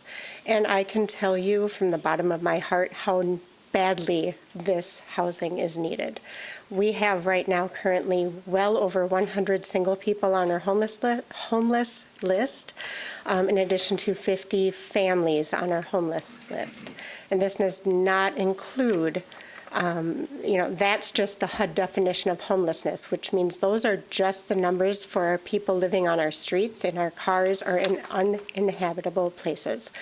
That does not count people living on their friends' couches or with families. So our numbers definitely show a high need for this, and I just wanted to make sure to speak to that. And I actually run Grace Barstow Apartments down the road here. And we do primarily focus on HUD, low-income based housing. And I can tell you there definitely is a need. I have a 1 to 2 year waiting list for folks to get into my building. And I can speak on behalf of St. John's Apartments and Park Towers. We're all in the same boat. I can tell you that the issue with this parking issue is really not an issue. I have about 36 parking stalls within Grace Barstow, and not all of them are utilized. So with the bus transit unit around here, the ability to walk, bike, it really is not an issue. So that's really all I have to say, is that we definitely need more of this. So, thank you. 1 second. Any questions for these? No? Thanks a lot for coming up. Thank you. Thank you. Appreciate it. Anybody else that'd like to discuss this item? Last chance. Anybody that'd like to discuss? All right, I'm not seeing anybody. I'll be looking for a motion. Craig. Yeah, thank you, Mr. Chair. I would move approval to include the waivers for setbacks and parking. A second. We have a second? Is that Jeremy? Okay, thank you. We have a motion and a second. Any discussion on this? Yeah, Jeremy. Thank you, Mr. Chair. I certainly appreciate the fact that this development is kind of pushing the city a little bit to be more flexible on how we can allow for more affordable housing. I think the parking piece is one way to make it affordable, and as we've seen, reducing the setback can also reduce the cost of building in Eau Claire as well. So those are some reasons that I'm going to be supporting it. Obviously it is a very walkable and transit-friendly neighborhood that I think will be made more friendly with a project like this. So we really need to have this be an anchor for the neighborhood, and I think it's a great project to get it started. So. Okay, great. Anybody else? Comments? Yeah, Eric. Thank you. I'll be supporting the project as well. I just want to comment on the reduction in parking. I think this is the kind of project where we can be flexible, and I mean, we're trying something new here, and I think it's the right time to waive that kind of restriction for this type of project. Great. Anybody else? Great. No? All right. I don't see any others. So let's call the question. All those in favor? Aye? Aye. Any opposed? Great. Good luck, guys. Let's see. So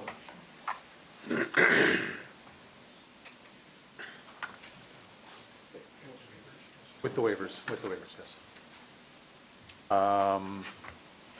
So there'd be we're on number 4, public hearing, conditional use permit for a bed and breakfast at 435 Jefferson Street.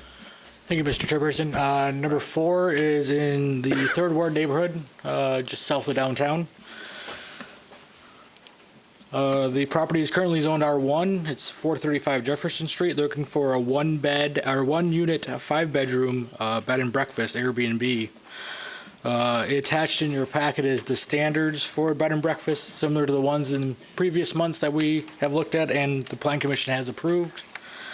This request is a little unique. It's a larger, older home with historic value. At this time, there is no proposed additions. My understanding of this property, it's been on the market since March of 2018. They could not sell the property, so they decided to come up with Plan B, which is to allow for it to be a bed and breakfast. Again, the standards are noted in your report. The property is, to the south is surrounded by Debler Park. To the east is the gardens there. To the north is residential, and to the west is residential as well. The Third Ward Neighborhood Association has reviewed this and recommended for it. One of the things that was brought to our attention was they do have 3 parking stalls in the driveway and a 2-car garage. The Plan Commission would have to accept that. Noted in the bed and breakfast standards is parking shall be provided for 1 stall per guest room plus 2 stalls. So technically that would be 7 stalls. Staff doesn't feel that at this property there would ever be 7 cars at this location. It seems a little excessive, but the Plan Commission would have to find that acceptable that they have 5 off-street parking stalls. With that being said, the application is in your packet, and I would stand for any questions. All right. Any questions for Ms. Petrie? All right. I guess I don't see any. Is the applicant here? Is the applicant here? Okay. I guess I don't see the applicant. All right. This is a public item, so if there's anybody that would like to discuss this item, your opportunity.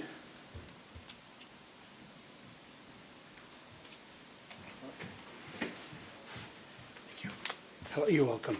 I'm Peter Hobley. I live at 1323 South Farwell Street. I have 2 concerns and maybe questions. Okay, it's R1 now, and it's conditional zoning. What does that mean? Let's say it's no longer a B&B. I don't know, can anyone tell me, or? If they discontinue the use, what happens then? Is it Yes, does it revert back to R1? Or is it? Yes, sir. The zoning of the property is not changing. It is asking for a conditional use permit to allow for it to be occupied as a bed and breakfast. Very specific use change, but it's not a zoning change. Okay. So if they decide to suddenly sell it and somebody occupies it, that conditional use is gone. Because it's, with R1, it's single or 3 unrelated people. In this case, it could be more. Yeah. And my other concern is with parking. Again, I live around the corner, and parking is always an issue in the Third Ward. It's encroaching even towards this area. And I think one shouldn't take it too lightly. I know you said that they need 7 spots, and they don't. They have 5. But Jefferson Street can be very congested and very, very busy, too. And so that's my concern. So thank you. Yeah. 1 second. Any questions for the speaker?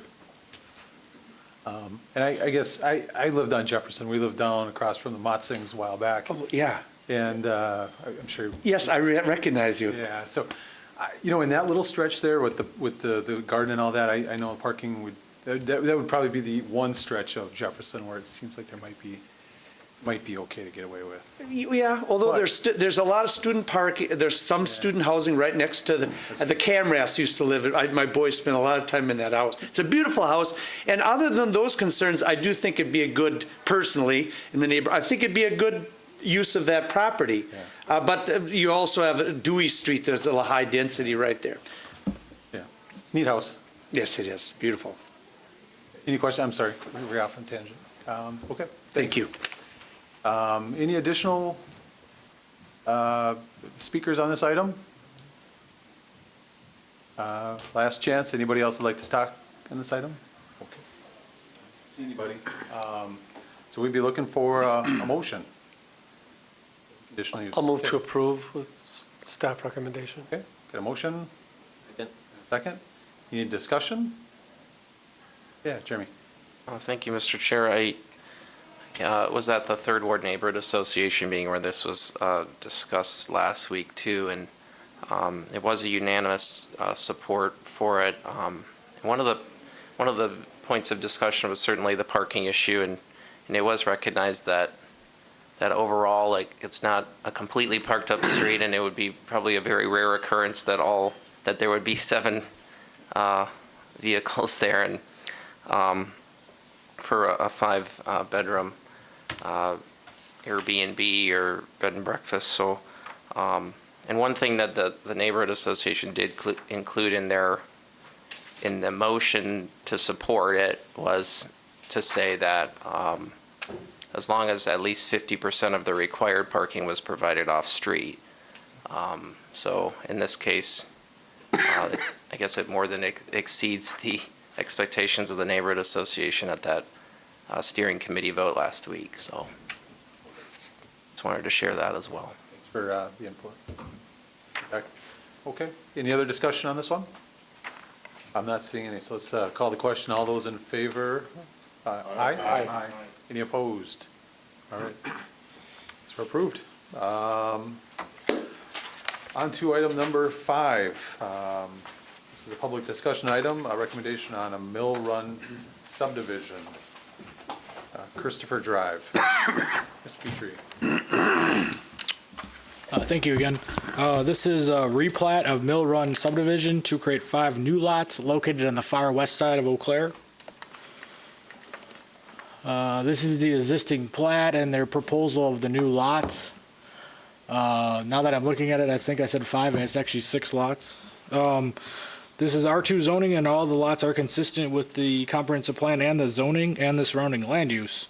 Development agreement is required to extend services along North Town Hall Road. The streets proposed do have all access. They would need a county approval for the driveways onto County Road EE or North Town Hall Road. Again, this creates, I think the report says 5, but actually, now that I'm looking at it, actually is misprint. It should be 6. The staff does recommend approval of the request for the 6 lots with the condition of a developer agreement, which will be heard at the 22nd of January for council, and also the highway department approving the driveways onto County Road EE or North Town Hall Road. In your packet is the proposed replat and an aerial photograph showing where these lots would be created. Now, they're obviously not on this map, but they, my understanding, that used to be the sewer system septic tanks for them when they was in the town of Union. With that, staff would recommend approval, again, with the 2 conditions. I'd be happy to answer any questions. Thanks. Any questions for Ryan? I'm not seeing any. Thanks. Is the applicant here?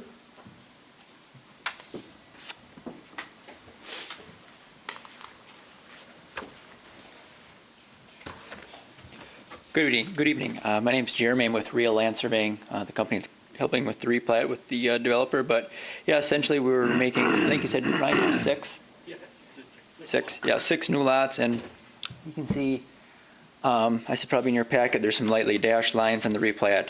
And essentially what we're doing is just optimizing the area. Back in, I think this is the original plat of Mill Run, and the Mill Run second edition to the east there were done in the middle of the late 70s. And yeah, so now we're just trying to, I guess, bring these lots to present day and just to make them more optimized to fit the landscape.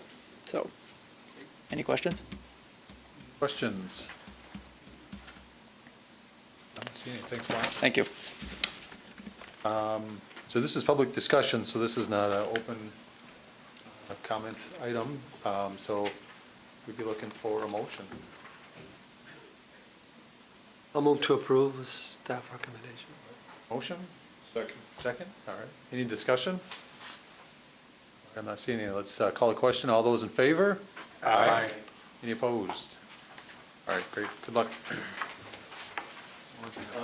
Let's see. That takes us to number 6, I think. Another CSM, Galloway Street. City of Eau Claire applicant. All right.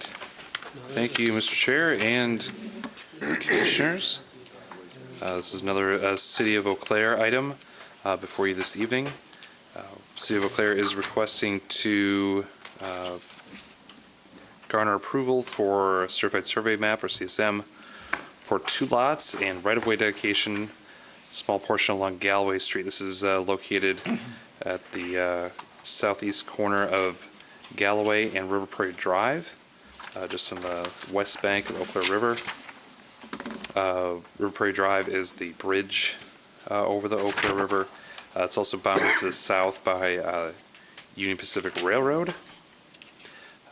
The CSM dedicates a small rectangle on Galloway Street to make the existing right-of-way consistent with the actual street.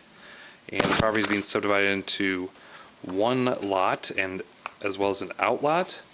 This is all in anticipation, expectation for this property also being excess land as designated by the City Council. So there's anticipation, that Lot 1 would be developed by a private developer, with Outlot 1 in part being reserved for future trail use and trail access by the city there. So this essentially is doing a lot of cleanup work on what you see on the screen there, again, for future private development. So at this point, I'll stand for any questions. Thanks. Any questions? Yeah, Terry. Just out of curiosity, in the blow-up on the second sheet is a 25 by 50 foot cutout in the outlot. Do you know what that's for? I don't know specifically what that's for. Perhaps Mr. Jensko could respond. Well, not exactly, but it's got something to do with the railroad. Yeah, it's right next to them, so unless there's some switching mechanism in there or something, or underground, so. Something. Presumably, yes, the mystery of the railroad. So we're not entirely sure, but I've dealt with railroads before. Right, so and they so can be a mystery. I should also note you can see some drainage channel and retention pond is related to that as well, as Mr. Peterson noted in that area. So there may be some reference to that as well. So again, future development there will need to be cognizant of that area, that notch out, but also in particular the any potential buffering with the railroad there as well. So. Great. Any other questions? Yeah, Jeremy. Thank you, Mr. Chair. Mr. Allen, is the city already declared this as excess land, or is that just anticipated that it'll be up in front of council? It has been designated as excess land. Okay. Yeah, there have been RP issued on this, but again, yeah, there's some topographic challenges, as Mr. Peterson noted, as well as railroad challenges there, as well as future trail access along that west bank there of the Eau Claire River. So a lot of boundary cleanup here as part of the CSM. Thank you. Anybody else? All right. All right, And I think thank we're you. the city's the applicants, so. Correct. All right. That would mean we're looking for a motion, aren't we? Thank you. Yeah, thanks. Yeah, Terry. I'll make a motion to approve. CSM? Okay. Looking for a second? Second. A second? A motion and a second. Any discussion? I'm not seeing any. Let's call the question. All those in favor? Aye. Aye. Any opposed? All right, great. All right, for recommendation land acquisition, Acorn Drive, City of Eau Claire. Jenskow.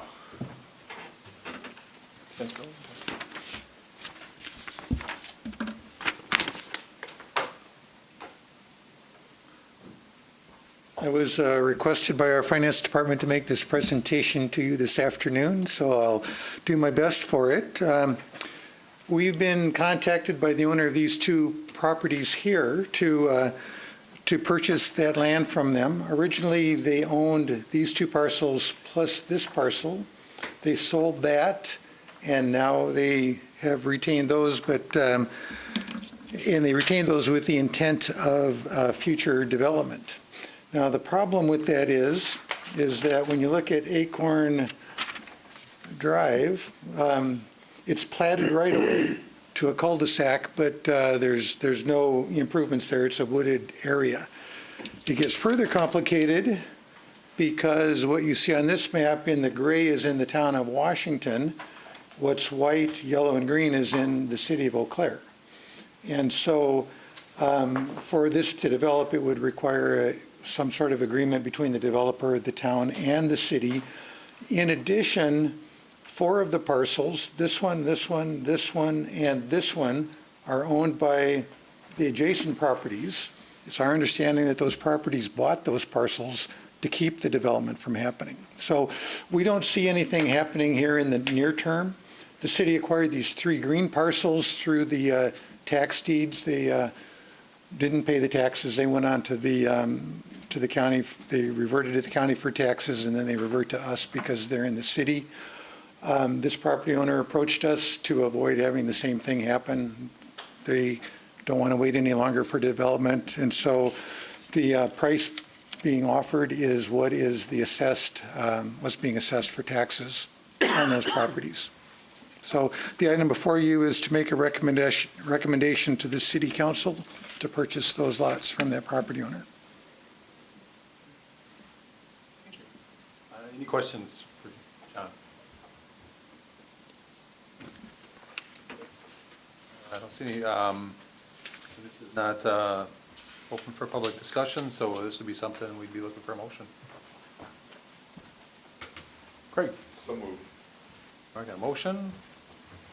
Second. All right, motion and second. Any discussion? Call the question. All those in favor? Aye. Any opposed? Great.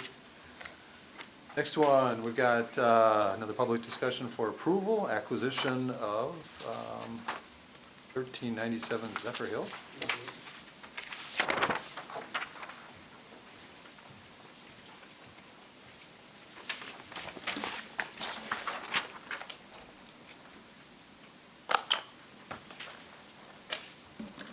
Good evening. The Housing Authority is seeking site approval for the purchase of 1329 Zephyr Hill Avenue in Eau Claire. This property is on the north side of Eau Claire, just off Seymour Road. The selling price was $123,000, but we were able to purchase the property for $121,000. That is slightly above the assessed value of $117,900. It's a 2-bedroom house and is in very good condition. Because of that, major rehabilitation will not be necessary. We try not to concentrate any subsidized housing type purchases within a close proximity.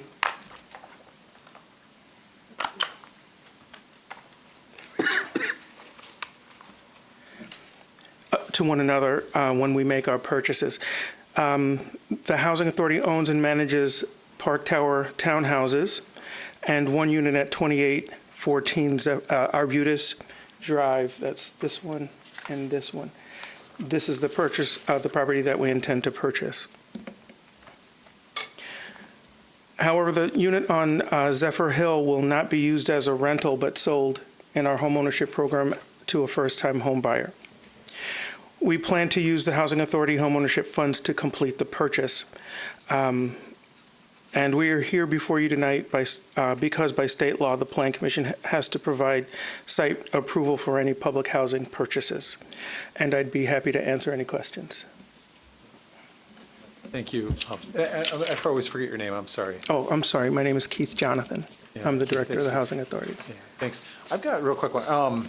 And I know this is probably not a black line rule, but how do houses come into the program? Was somebody looking for this house and they approached the city and said, could you help them out, or how did? No, we run an ongoing homeownership program. It was run through our CDBG program initially, but now it's run by the Housing Authority. The CDBG Housing Authority applies for funds through the CDBG program. They purchase houses, they sell them, and then with the money that is generated from the sales of those houses, we then go and purchase more for the program. And do you have a buyer lined up already then? No, we don't. Okay. It's still, it doesn't need major renovation or rehabilitation, but after we purchase, we'll go through, we'll assess the property and do a write-up for any items that need to be renovated or rehabilitated. Great. Any additional questions? Sound like it. Thanks a lot. Thank you. Appreciate it. I guess, again, we'd be looking for a motion on this one. Yes, Craig. I move the recommendation. Okay, we got a recommendation. Looking for a second? I'll second. Yeah, thanks. We got a motion and a second. Any discussion? I'm not seeing any. So let's call the question. All those in favor? Aye? Aye. Any opposed? All right, great. Good luck. Thank you. Thanks. So that takes us to item number 9, site plan approval, 1505 North Claremont for the Casey's Convenience Store. Street. Thank you. On your screen is the site that's currently the former tailgates and a repair shop on the northeast corner of Claremont Avenue and Cameron Street.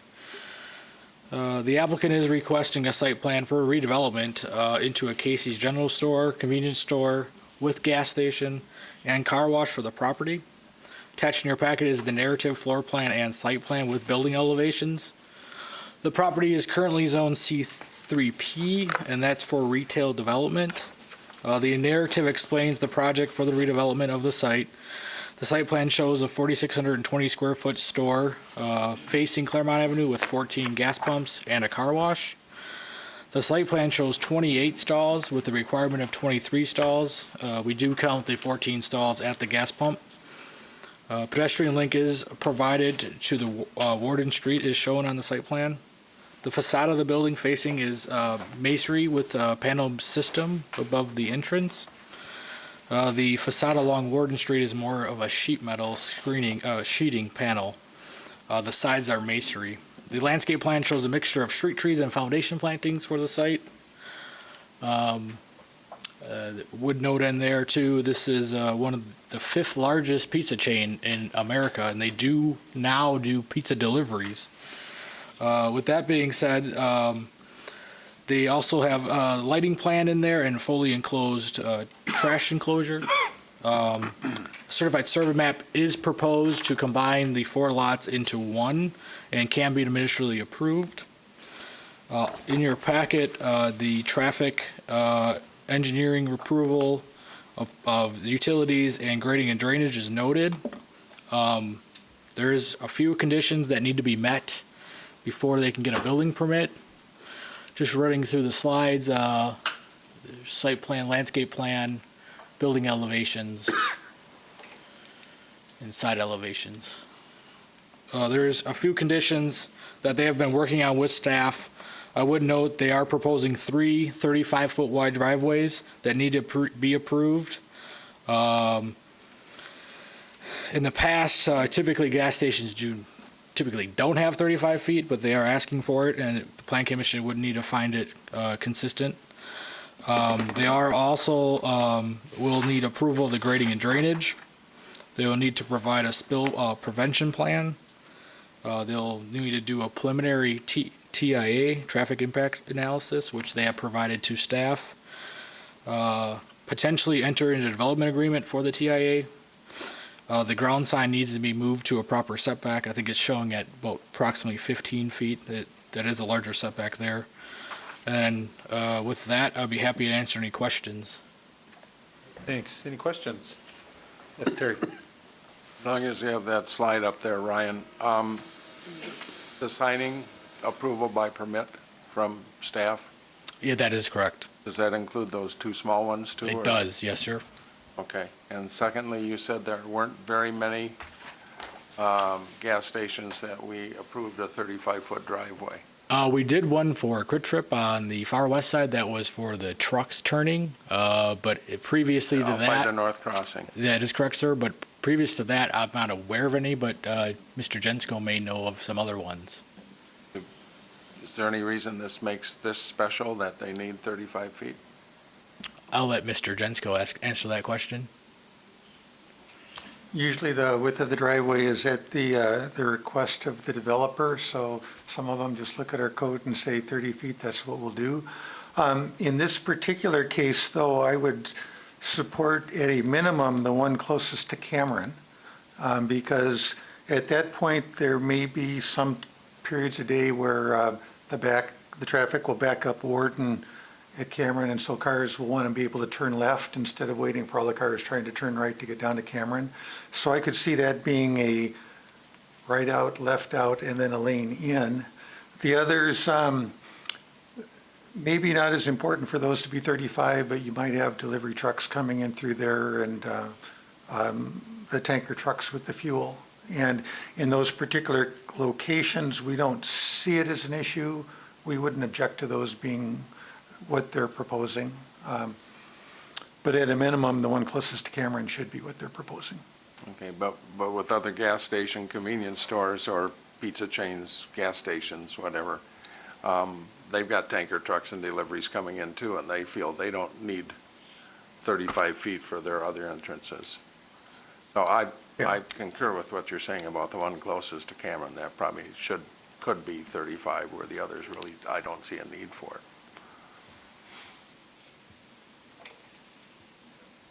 Mr. Larson. I have a couple of questions. Is this, I'm forgetting what the rules are here. Does this kind of a development require notification of neighbors? No, it Of a does certain not. It's distance? just a site plan. The zoning in place does allow for this type of land use. So there won't be Okay, any. as long as the notification. zoning allows for this kind of land use. That's then correct. it It's just a doesn't. redevelopment of the site, yes, sir. Okay.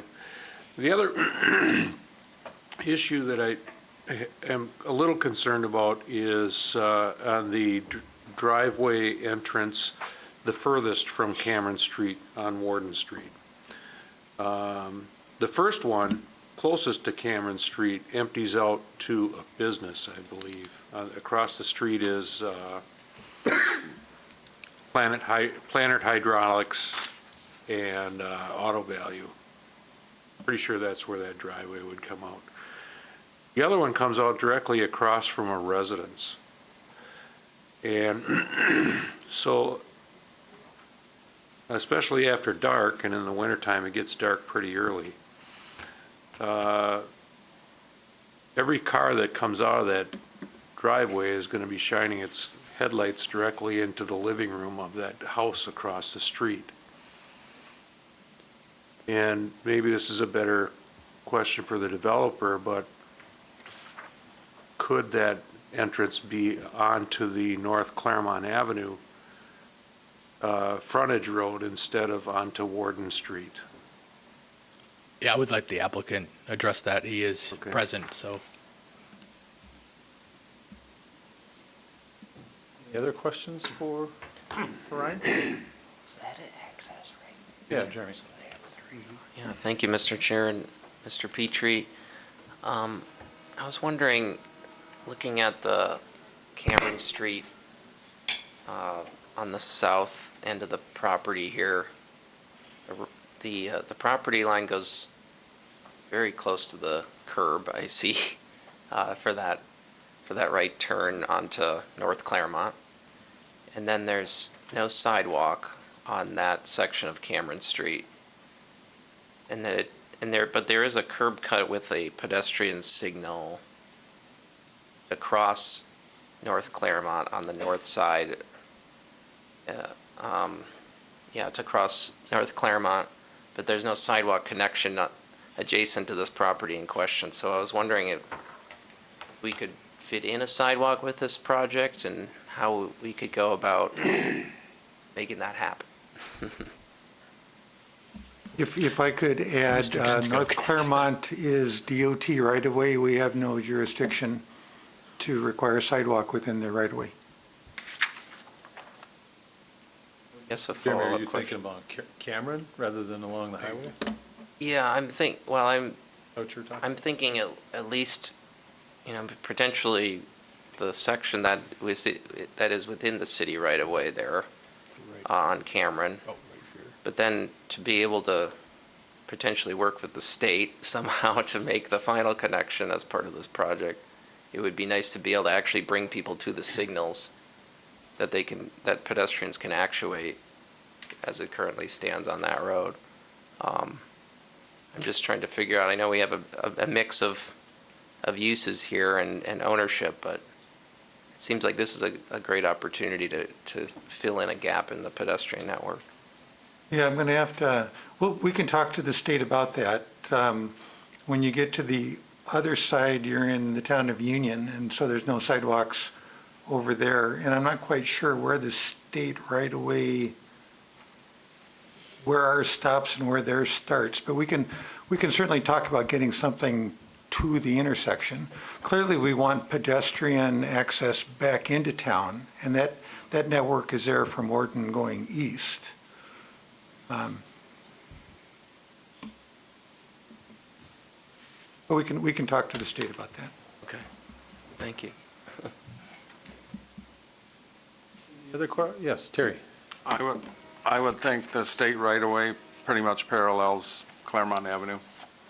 And I think where Jeremy is referring to is at the very southwest corner of this property.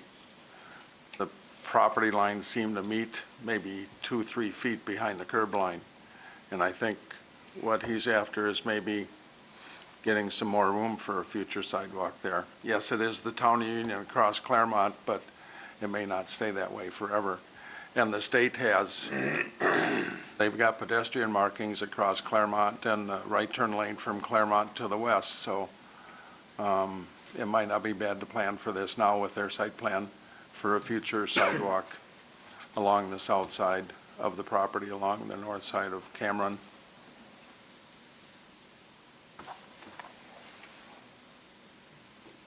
Good idea. Anybody else? All right. Next is the applicant here.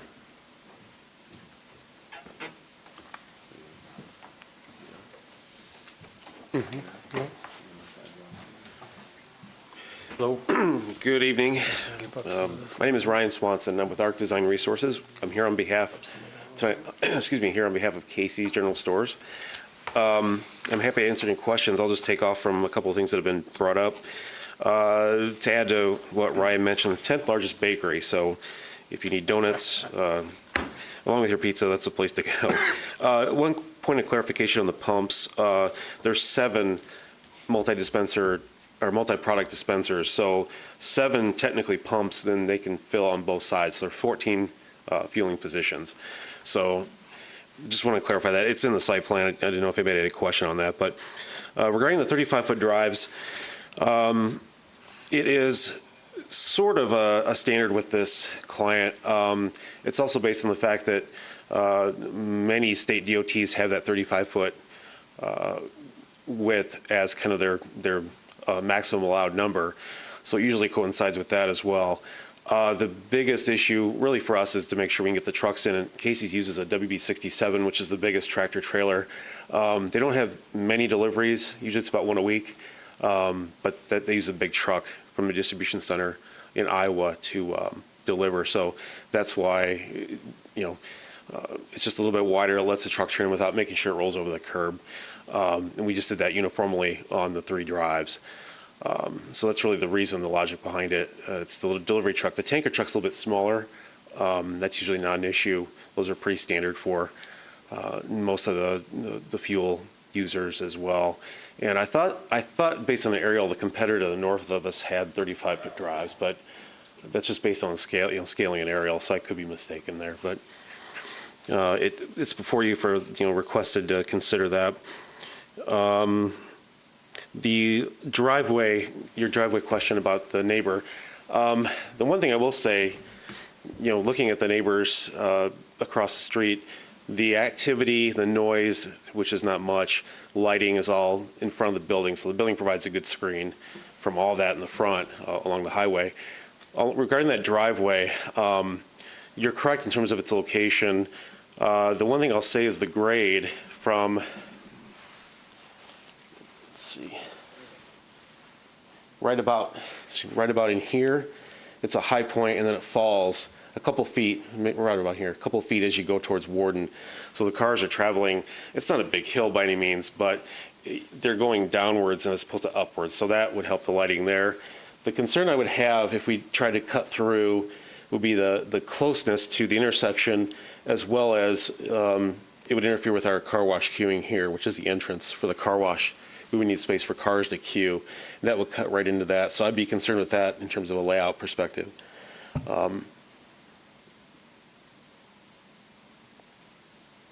For consideration, I guess really that'd be my big concern with that, is we cut that off, which is going to be less operational. But in terms of grade, the car will be going downhill from really, I guess, west to east, and then direction facing the neighbor. Thank you for addressing that. With that, I'm happy to answer any of the questions. How about the sidewalk question, kind of on the south side of the site? Looks like there's crosswalks coming to the site on both corners, but then there's no sidewalk there. Could we accommodate something there? You're talking down here at the corner, the intersection down here? Yeah. You mean? I was trying to recall, I think it is striped across the highway there, down There's a good one. right there. It shows it in the aerial. Yeah, I think we can accommodate that, either be an easement or perhaps a dedication if needed, be the corner clip. Cut that off. I think we've got the space on the site plan to accommodate that. The right-of-way gets a little close to the back of curb, as mentioned, but I think we can certainly work with that. Yeah.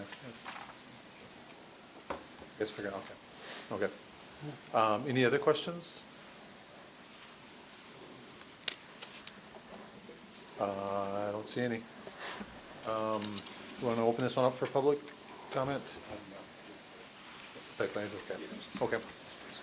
So if no questions, I guess we'd be looking for a motion. I'll move to approve with staff recommendations. Got a motion? Second. Motion and a second. Any discussion? Yeah, Terry. On the 35-foot width, with the truck size, that's part of the reason we can go up to 35 feet is because you've got special vehicles, and I think that pleads the case for them. Okay. And you're comfortable with all three then, Terry? Yeah. Any other comments, discussion? All right, I'm not seeing, let's call the question. All those in favor? Aye. Any opposed? All right, great, good luck. Thank you. Thank you very much. All right, I think that's number 10. For approval, site plan 1807 Oxford Avenue. Advanced Engineering, Ryan.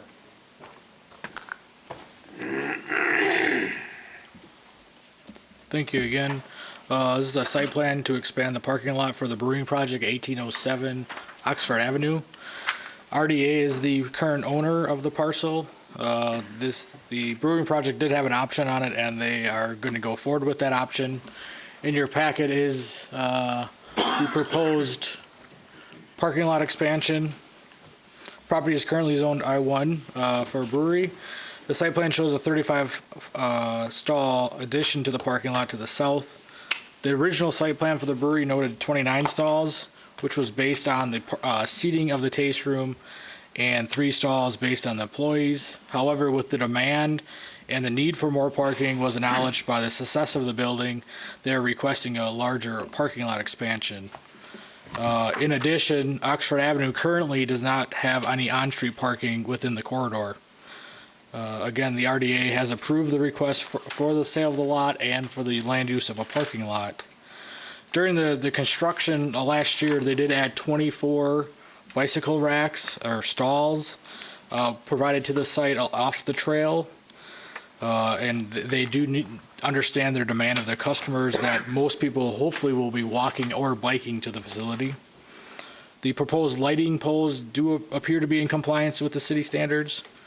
In addition, they did construct a dumpster on site, which is in compliance. The grading and drainage for the site is noted in the report. Public utilities, it doesn't seem like they need any. The traffic and the transit is noted in the report. There is one condition that the city engineering department approve the grading and drainage of the site. With that, I would be standing for any questions. Thank you. Any questions? Not seeing any. Oh, Chairman.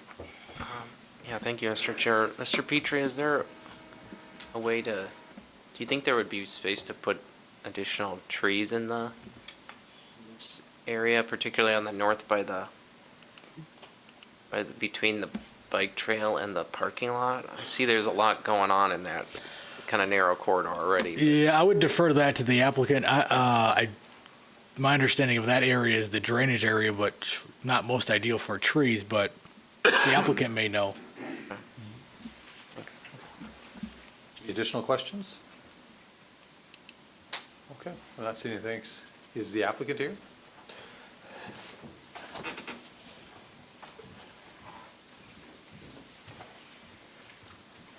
Good evening. Matt Apple again with Advanced Engineering Concepts for Market and Johnson and the brewing project. I can speak for the tree question. We do have a drainage swale, kind of our water quality swale, through a section of that.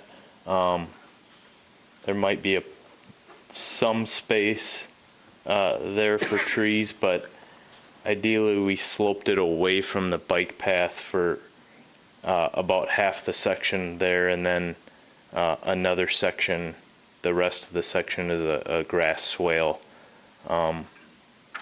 There's heavy trees to the east, along the river, along the bike trail. But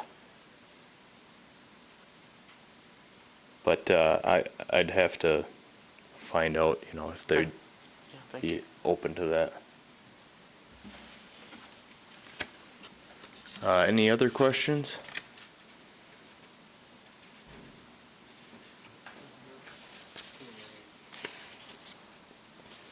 All right.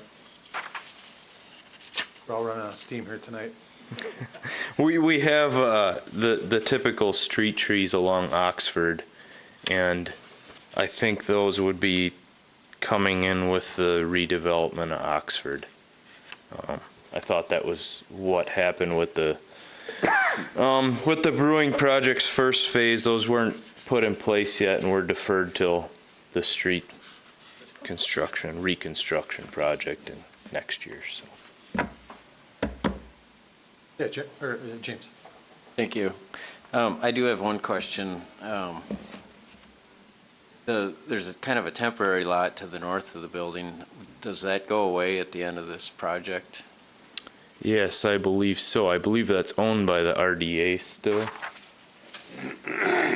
That is correct. Actually, that's where we were going to park on Saturday, but we didn't.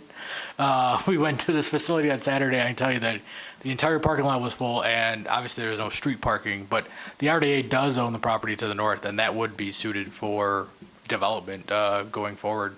Okay, but it won't be a parking lot? It will not be a parking lot for this facility. Exactly. Yes. Okay, thank you. You bet. Anybody else? Right, great. So again, this is not for public comment, so we are looking for a motion at this point. Yeah, James. I move approval. All right, I got a motion. Go for a second? First and second, let's see, any discussion? Not seeing, let's call the question. All those in favor? Aye? Aye. Any opposed? All right, great, good luck. That takes us to discussion and direction. Alan. All right. Thank you, Mr. Chair and Commissioners. Congratulations, made it through the business agenda component here tonight. You're now on to the lightning round. So here we go. These are discussion items, but I know traditionally, kind of customarily, the Planning Commission has taken the opportunity to kind of look back at the previous year with its first meeting of the new year, and then also certainly look forward to the remainder of this year. with only one meeting here scheduled for January, appreciate your indulgence in going through those items here tonight, but certainly, again, just customarily, something for you to consider discussing and approving in a semi-informal manner tonight, but certainly something considering the hour that could be deferred to the next meeting. But with that, unless I hear any objections to continuing, we can continue here. Want to highlight some of the items from your efforts and staff's efforts this past year. And I don't know how easy it is to read. Oh, it's impossible. Okay. I will read through these as well as quickly as I can and as well as I can. Again, the majority of your work plan as it is identified comes from items in the comprehensive plan. So, or from items perhaps identified by City Council, or again, just from your own input and consideration. So, how I framed this is not unlike what you've seen with a previous community development director. So, taking his cues and moving forward here tonight, this is really just a summary of what was put into the 2018 work plan, and then a status of that. So it's really taken verbatim, with only modifications that staff made are in the kind of bold italics at the end. So I don't want to belabor this. If there are any questions about kind of what was put forward to you for 2018 and where items stand, again, several of them have been completed, and several of them are being proposed to be continued over into 2019. So unless there are any questions, I'll move forward with the 2019 component. All right. So this is a kind of organized a little bit differently than what you may be used to. Meeting with planning division staff over the last actually couple weeks, and in fact we started this back late 2018. In fact, September or so we started putting this together just as a kind of a study tool for us to look forward to this coming year. But we broke it down to 3 different sections, and this was identified in your kind of cover memo, looking at administrative, legislative, and essentially other. So administrative refers to items that are expected to be completed by staff and don't necessarily require any kind of plan commission approval. Legislative is kind of the bulk of the work plan here, are those items that do require plan commission input and likely some plan commission action or approval. And then other are those items that are exactly that, identified as other related projects, plans, or programs.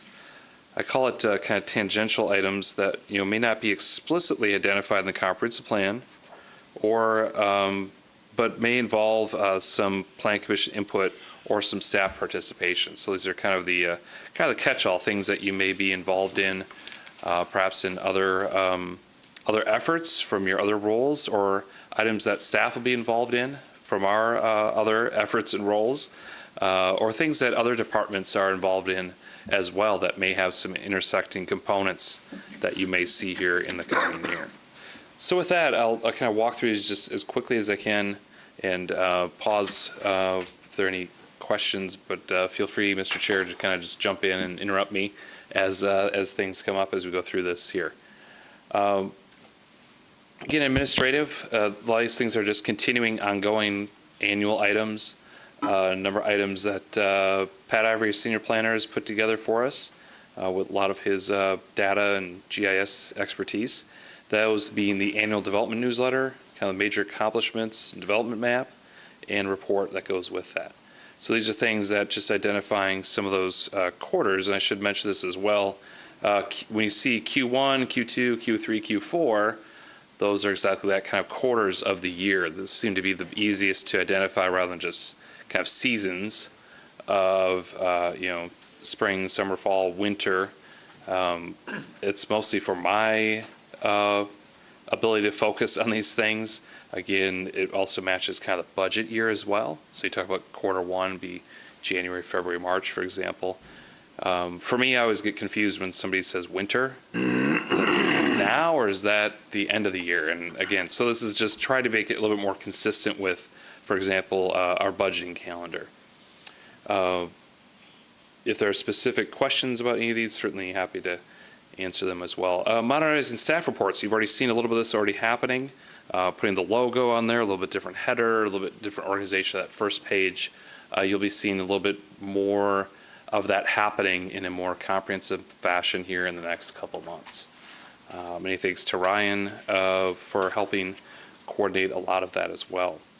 Plan Commission training, just always want to identify that we want to do some regular ongoing training as much as we can, just through our discussion items section at each meeting for one, but looking for other opportunities throughout the year as well to identify some training just for Plan Commission members, kind of offline, as it were, too. And Scott, on, Yep. and I know Craig's had an opportunity to participate, but this city staff, Dale and put on the training for chairpersons. Right, right. And that's a nice learning experience for folks on these boards that Sure. are professional at this kind of stuff. So Thank you. something No, along that line, or maybe even extend that invite to all plan commission members. Absolutely, might not absolutely. be Yeah, a bad that's a great example of that for commission chair and vice chair and such. Certainly, yeah, it's a great example. Other things thinking as well, the American Planning Association has a lot of a lot more online tools and learning opportunities as well, webinars, things of that sort that perhaps we could even host middle of the day as folks are available. Things that are free or inexpensive. Permit software update. This was approved in the current capital improvements program, the CIP, as a CIP project. Looking to get that kicked off here this quarter. That could be a lengthy process, but looking to modernize and update our permitting software. So watch for that. And then, so again, those are administrative. That's not necessarily all inclusive, but those are things that are new projects or ongoing projects that that staff works on that really ties into with work you're doing. Legislative, again, some of these have been carried over from last year, even previous years. These are specifically related to the comprehensive plan or otherwise identified in other work plans or budget items, things of that sort. Did not distinguish between all those different kind of sources. Can certainly do that if there's any interest in that, but did want to just kind of compile them in that kind of legislative pool. Things that will, at some point, some aspect will come before you. So looking at this, parkland dedication, this was kicked off actually this previous quarter, end of 2018, and looking to bring this forward to City Council. It says second quarter, but that's kind of the, by second quarter type thing, maybe earlier than that. Affordable housing, policy or ordinance, Regional Housing Task Force, as you know, they just had their final meeting last month. So we're looking at doing policy draft and adoption here in the first quarter. So we're having a little bit of internal discussion right now with staff. So look for a more public component piece of that here coming up rather quickly. I should also note these are not necessarily listed in any specific order. The first few on here are things that are maybe a little bit more immediate, already ongoing, things that you may already be aware of. So it's more of a top of mind thing in terms of how these are ordered. Multifamily housing design manual. This was discussed before you back in September. Staff met with some neighborhood associations and developers a couple months ago as well, and looking to bring this forward to you here this quarter yet as well. Renewable Energy Action Plan. The Public Service Commission provided the city with grant funding, actually still trying to finalize that grant agreement as we speak.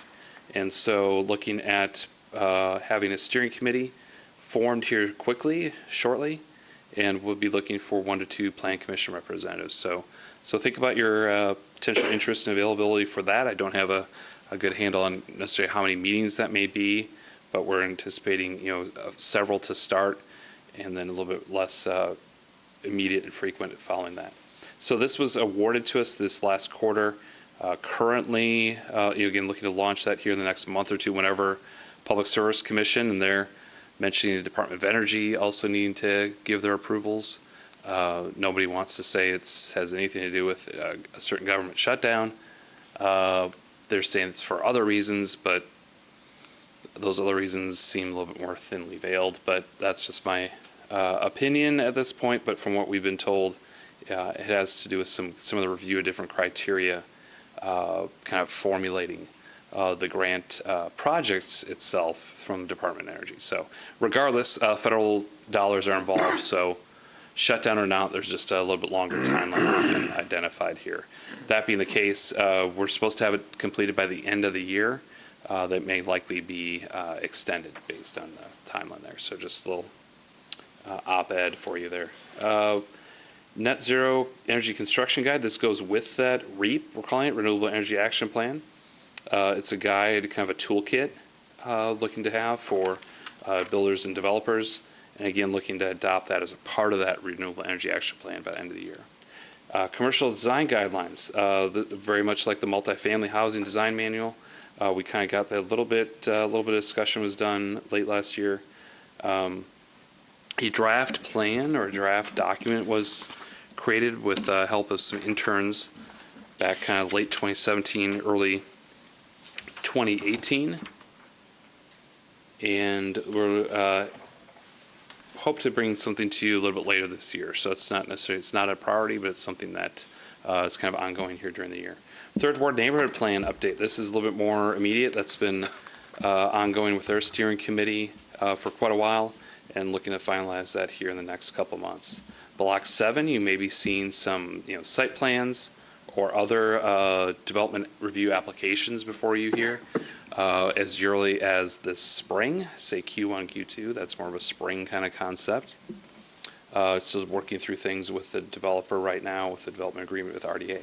Form-based codes, we like to talk about that as some options for updating parts of the zoning code. I've had looking at identifying a pilot area project in the historic Randall Park neighborhood, and perhaps looking at form-based codes as one of those opportunities to, as a tool for some of the work they want to do in that neighborhood. CPTED, which is Crime Prevention Through Environmental Design, received some direction from Plan Commission back in 2017, kind of got shelved in 2018, and just actually have had discussions with police department already, and looking at working on that a little bit more in depth here this year. City Hall or Library Plaza, depending on which building you're sitting in, is what we call it. So the library has a bigger and more robust budget for it, so I'm fine with calling it the Library Plaza for now. The comprehensive plan recommends the redevelopment of that property between City Hall and the library. Again, started some discussions, especially with the property owners, such as the banks, particularly U.S. Bank, in 2018, and looking to continue that in 2019. Again, it's a longer-term project, but one that, again, it's comprehensive plan identified it, so it's something that will likely come back through this body here as plans are developed. Boundary agreements. 2019, all of a sudden, not too early to start talking about 2021, when the current boundary agreement or agreements with the neighboring towns will expire essentially two years from next month. Sounds like a long ways off, but as we know, those things can happen quickly, especially when we have a lot of different governing bodies participating in that. So we're looking at actually having some facilitated discussions with Eau Claire County already this year, perhaps even as early as this spring. Short-term rental ordinance, something I know that Ryan is already working on, doing a lot of research on that. We had some discussion,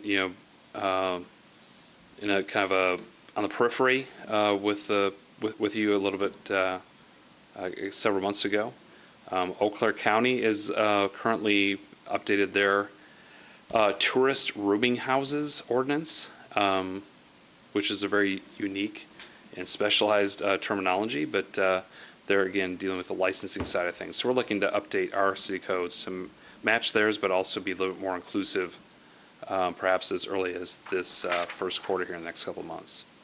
Non-conforming uses and structures. There's some changes is statewide, nationwide on, how we handle non-conforming uses and structures. So thankfully, we already, anticipated that in the 2015 comprehensive plan. So we're looking to review some provisions there and have a discussion with you here in the next few months, perhaps as early as second quarter. Airport zoning, this is another item that was identified in previous work plans as well as specifically in the comprehensive plan. Staff actually did meet with the airport and Eau Claire County back in September, and we're looking to keep that discussion moving here more likely later this year. Water Street TID, this is one that is also ongoing with the Tax Improvement District. It's number 12, TID 12, looking at developing a plan to encourage rehab of properties, walkability improvements, other place-based Invest Health grant program goals. Again, the city was a part of that nationwide project. Looking at having a discussion perhaps later this year on that as more projects start to crop up in the Water Street area. Cannery District also looking at coordinating with the Finance Department, looking to draft a TID plan for the Cannery District. Again, you saw a number of projects already here tonight. Perhaps again, kind of early mid-year here with that. All right, last page is, those are legislative. So those are things that likely, again, TID plans and approvals of those types of projects. They're not something we get to do here at the Plan Commission, very frequently, but it is something that does require your input, review, and approval. So finally, final page refers to the others. It's kind of the others. So this is kind of the catch-all for things that, again, may have some input or direction or discussion here with the commission, but or again, are likely having other departments lead them. For example, complete streets policy and jumping down to transit plan, Half Moon Lake management plan. These are things that are really overseen by other departments, but will have some planning components as a part of them. Either staff being connected with some of their review and approval, or may have some input from the Plan Commission itself. I don't want to go through all these specifically since a lot of them just are fairly raw in their kind of their outlines at this point, so I don't have a lot of information to share beyond what you already see here. One thing I do want to end, well, two things I'll end with. One is that what was not included in here is one that you may see even at your next meeting, which is a sign code, some sign code changes to covenants, if not specifically the sign code itself, for Gateway Industrial Park. We're also looking at some potential for modifications with Sky Park and either their covenants and the sign provisions there too. So didn't include that in here, but that's something that is fairly immediate and would have some input and direction from Plan Commission. And then finally, this is the last item listed here, and that is Eau Claire and the Chippewa Valley. Very pleased and honored to host the Wisconsin chapter of the American Planning Association, the APA, essentially the state APA annual conference later this year, October 2nd through 4th. So you'll be headquartered at the Lismore, and a lot of mobile workshops, a lot of input and assistance from neighboring communities as well. We're going to meet as regional planners here even on Thursday and keep talking about kind of what the program looks like and things of that sort. So if you have any ideas, questions, suggestions, happy to take those as a part of planning for the state APA chapter. So we anticipate, I don't know if you know, Ryan, several hundred, a couple hundred folks attending. We may actually get more than anticipated from, folks from the Twin Cities perhaps even coming over. It's typically hosted, Madison, Milwaukee, Green Bay areas. So this is a first for Eau Claire. Been a coup to have the state planning conference here. All right. I beat the 10 o'clock deadline that I know a couple planning commissioners were suggesting we may or may not be able to beat. So that was the over-under on the meeting tonight, if you're wondering. I think my first year we had But anyway, yeah, I apologize for kind of rushing through that. It's hopefully everybody had an opportunity to review it before tonight, and happy to take any questions, kind of deferring to the customary approach, if there is one, for the Plan Commission to take any input, edits, modifications. This is really your document with assistance of staff to kind of draft it out for you. But if there is anything else to remove from this, add to it, happy to consider that. Comments or questions? Jeremy, there you are. Yeah, thank you, Mr. Chair. Thank you, Mr. Allen, for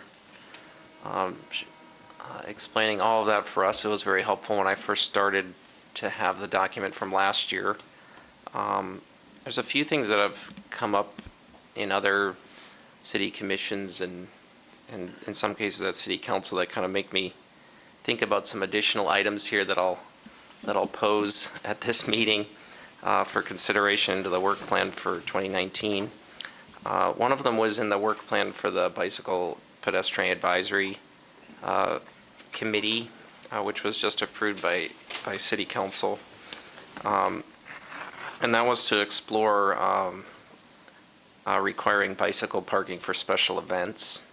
And I guess this would be kind of in the other category in terms of the way we categorize the work plan here. But it could be something the Plan Commission would have some insight on, in addition to it being mostly a BPAC idea. But so that's one of them, is bike parking for special events. The other is, I think it's been maybe about 5 years or so since the city created a pedestrian and bicycle access and circulation standard. And, we've had some conversations today that kind of bring to mind that maybe we need to revisit that or see how well it's serving us in terms of specific examples maybe that have come up that have been a greater challenge than that ordinance is able to address. And I think, bringing up the example of Casey's from a few agenda items ago, where we have a situation where, there is one sidewalk connection from a public sidewalk on Warden Street that was able to be accommodated. But that was really only one side of 4 sides of the building, and there's no public sidewalk on any of the other sides. So I can understand in that case why we would choose to only have one sidewalk connection to the building. But say there were 4 public sidewalks on all sides and we only had one sidewalk connection to the building from the public sidewalk. I'd sort of like to explore and revisit that ordinance that was created to see if we could make it a little stronger and maybe also potentially advocate a little bit more for opportunities like we saw on Cameron Street on the south, where there's no public sidewalk, but maybe we can make sure that the site plan is accommodating to one in the future. So that's the reasoning for revisiting and maybe updating the pedestrian and bicycle access and circulation standards within our city. So that's the second item.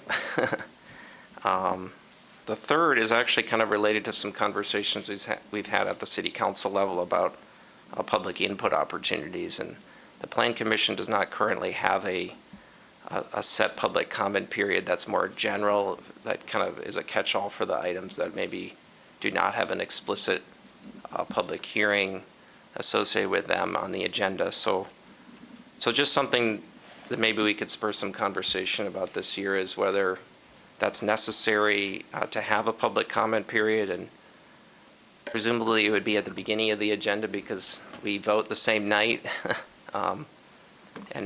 But I just kind of wanted to open that up there to see if there's interest in the public or within the commission or staff to formulate a way to have a public comment period during Plan Commission meetings. So I only had 3 things, so thought I would try to explain at least somewhat briefly right before 10 o'clock. So thank you. Close. But how many does a public comment before their council meetings?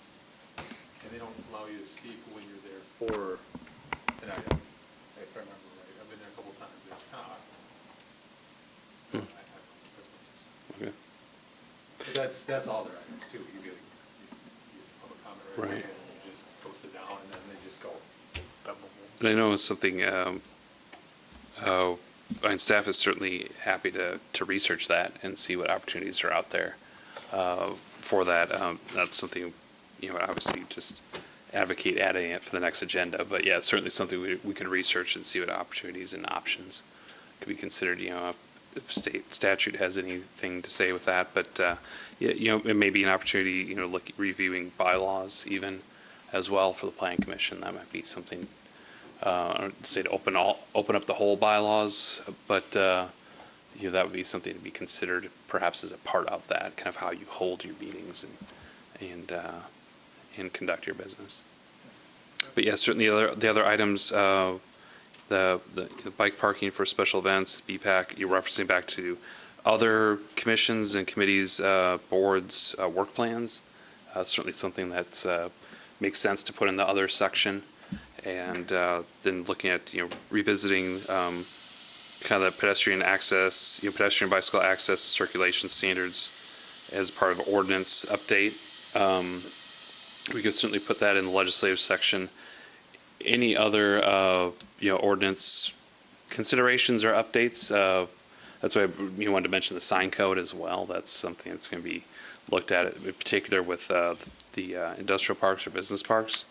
But yeah, any other code section, any other code changes that you'd want to consider, mentioned the nonconformities and such. We can certainly include those in the legislative section. Absolutely. And again, not to say all these things need to get done this year. These are things to at least begin working on, having discussions about, and it really shares with the public at large that the Plan Commission is taking into consideration how to implement and operate the comprehensive plan, as well as be responsive to, again, input and suggestions from not only yourselves but from public, from the council and such as well. All right. Anybody have anything else? Okay. I'm that being the case, we can just adopt it now with the additions. No, I think it's just a consensus. You can have straw poll. Certainly don't want to close off if there's something that comes up between now and the next 3 weeks they'd want to consider. As staff, we certainly don't want to, close the door on this, but we do want to make sure that if there are, another dozen things that need to be considered, or in particular, if there are, a few things on here that shouldn't be considered or should be tweaked at all, would like to have input now if available. But if there's just general consensus on it, we can tweak it as we go. That's certainly a possibility as well. Any concerns with what we've got on there with Jeremy's additions? Okay. Onward and upward. Thank you. All right. Very good. Thank you. So that's the work plan 2019 code compliance items, everybody? Future agenda items? No? All right. Additions or corrections to the minutes? Carrie? No? No, I'm getting ready to sign them. All right, we're adjourned. Could I make one? I believe this is Mr. Jenko's last Plan Commission meeting. Really? Oh. No? One more. Oh, really? Okay. All right. Well, then I'll take back all the good things I was going to say. It was only 30 seconds. That was a 2-minute warning, by the way, that buzzer. All right. 2 minutes, maybe. All right. All right. Meeting adjourned. We're adjourned.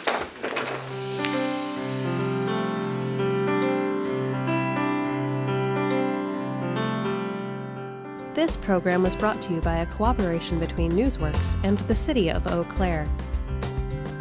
A transcript of this meeting is available for the hearing impaired. It will be available within 7 days of this telecast. Call 715-839-4912 or TDD 715-839-1689 or write Eau Claire City Clerk, P.O. Box 5148, Eau Claire, Wisconsin 54702-5148. Newsworks is made possible by continuing community support. If you would like to volunteer or make a donation, please contact us via phone at 715-839-5067 or online at valleymediaworks.org.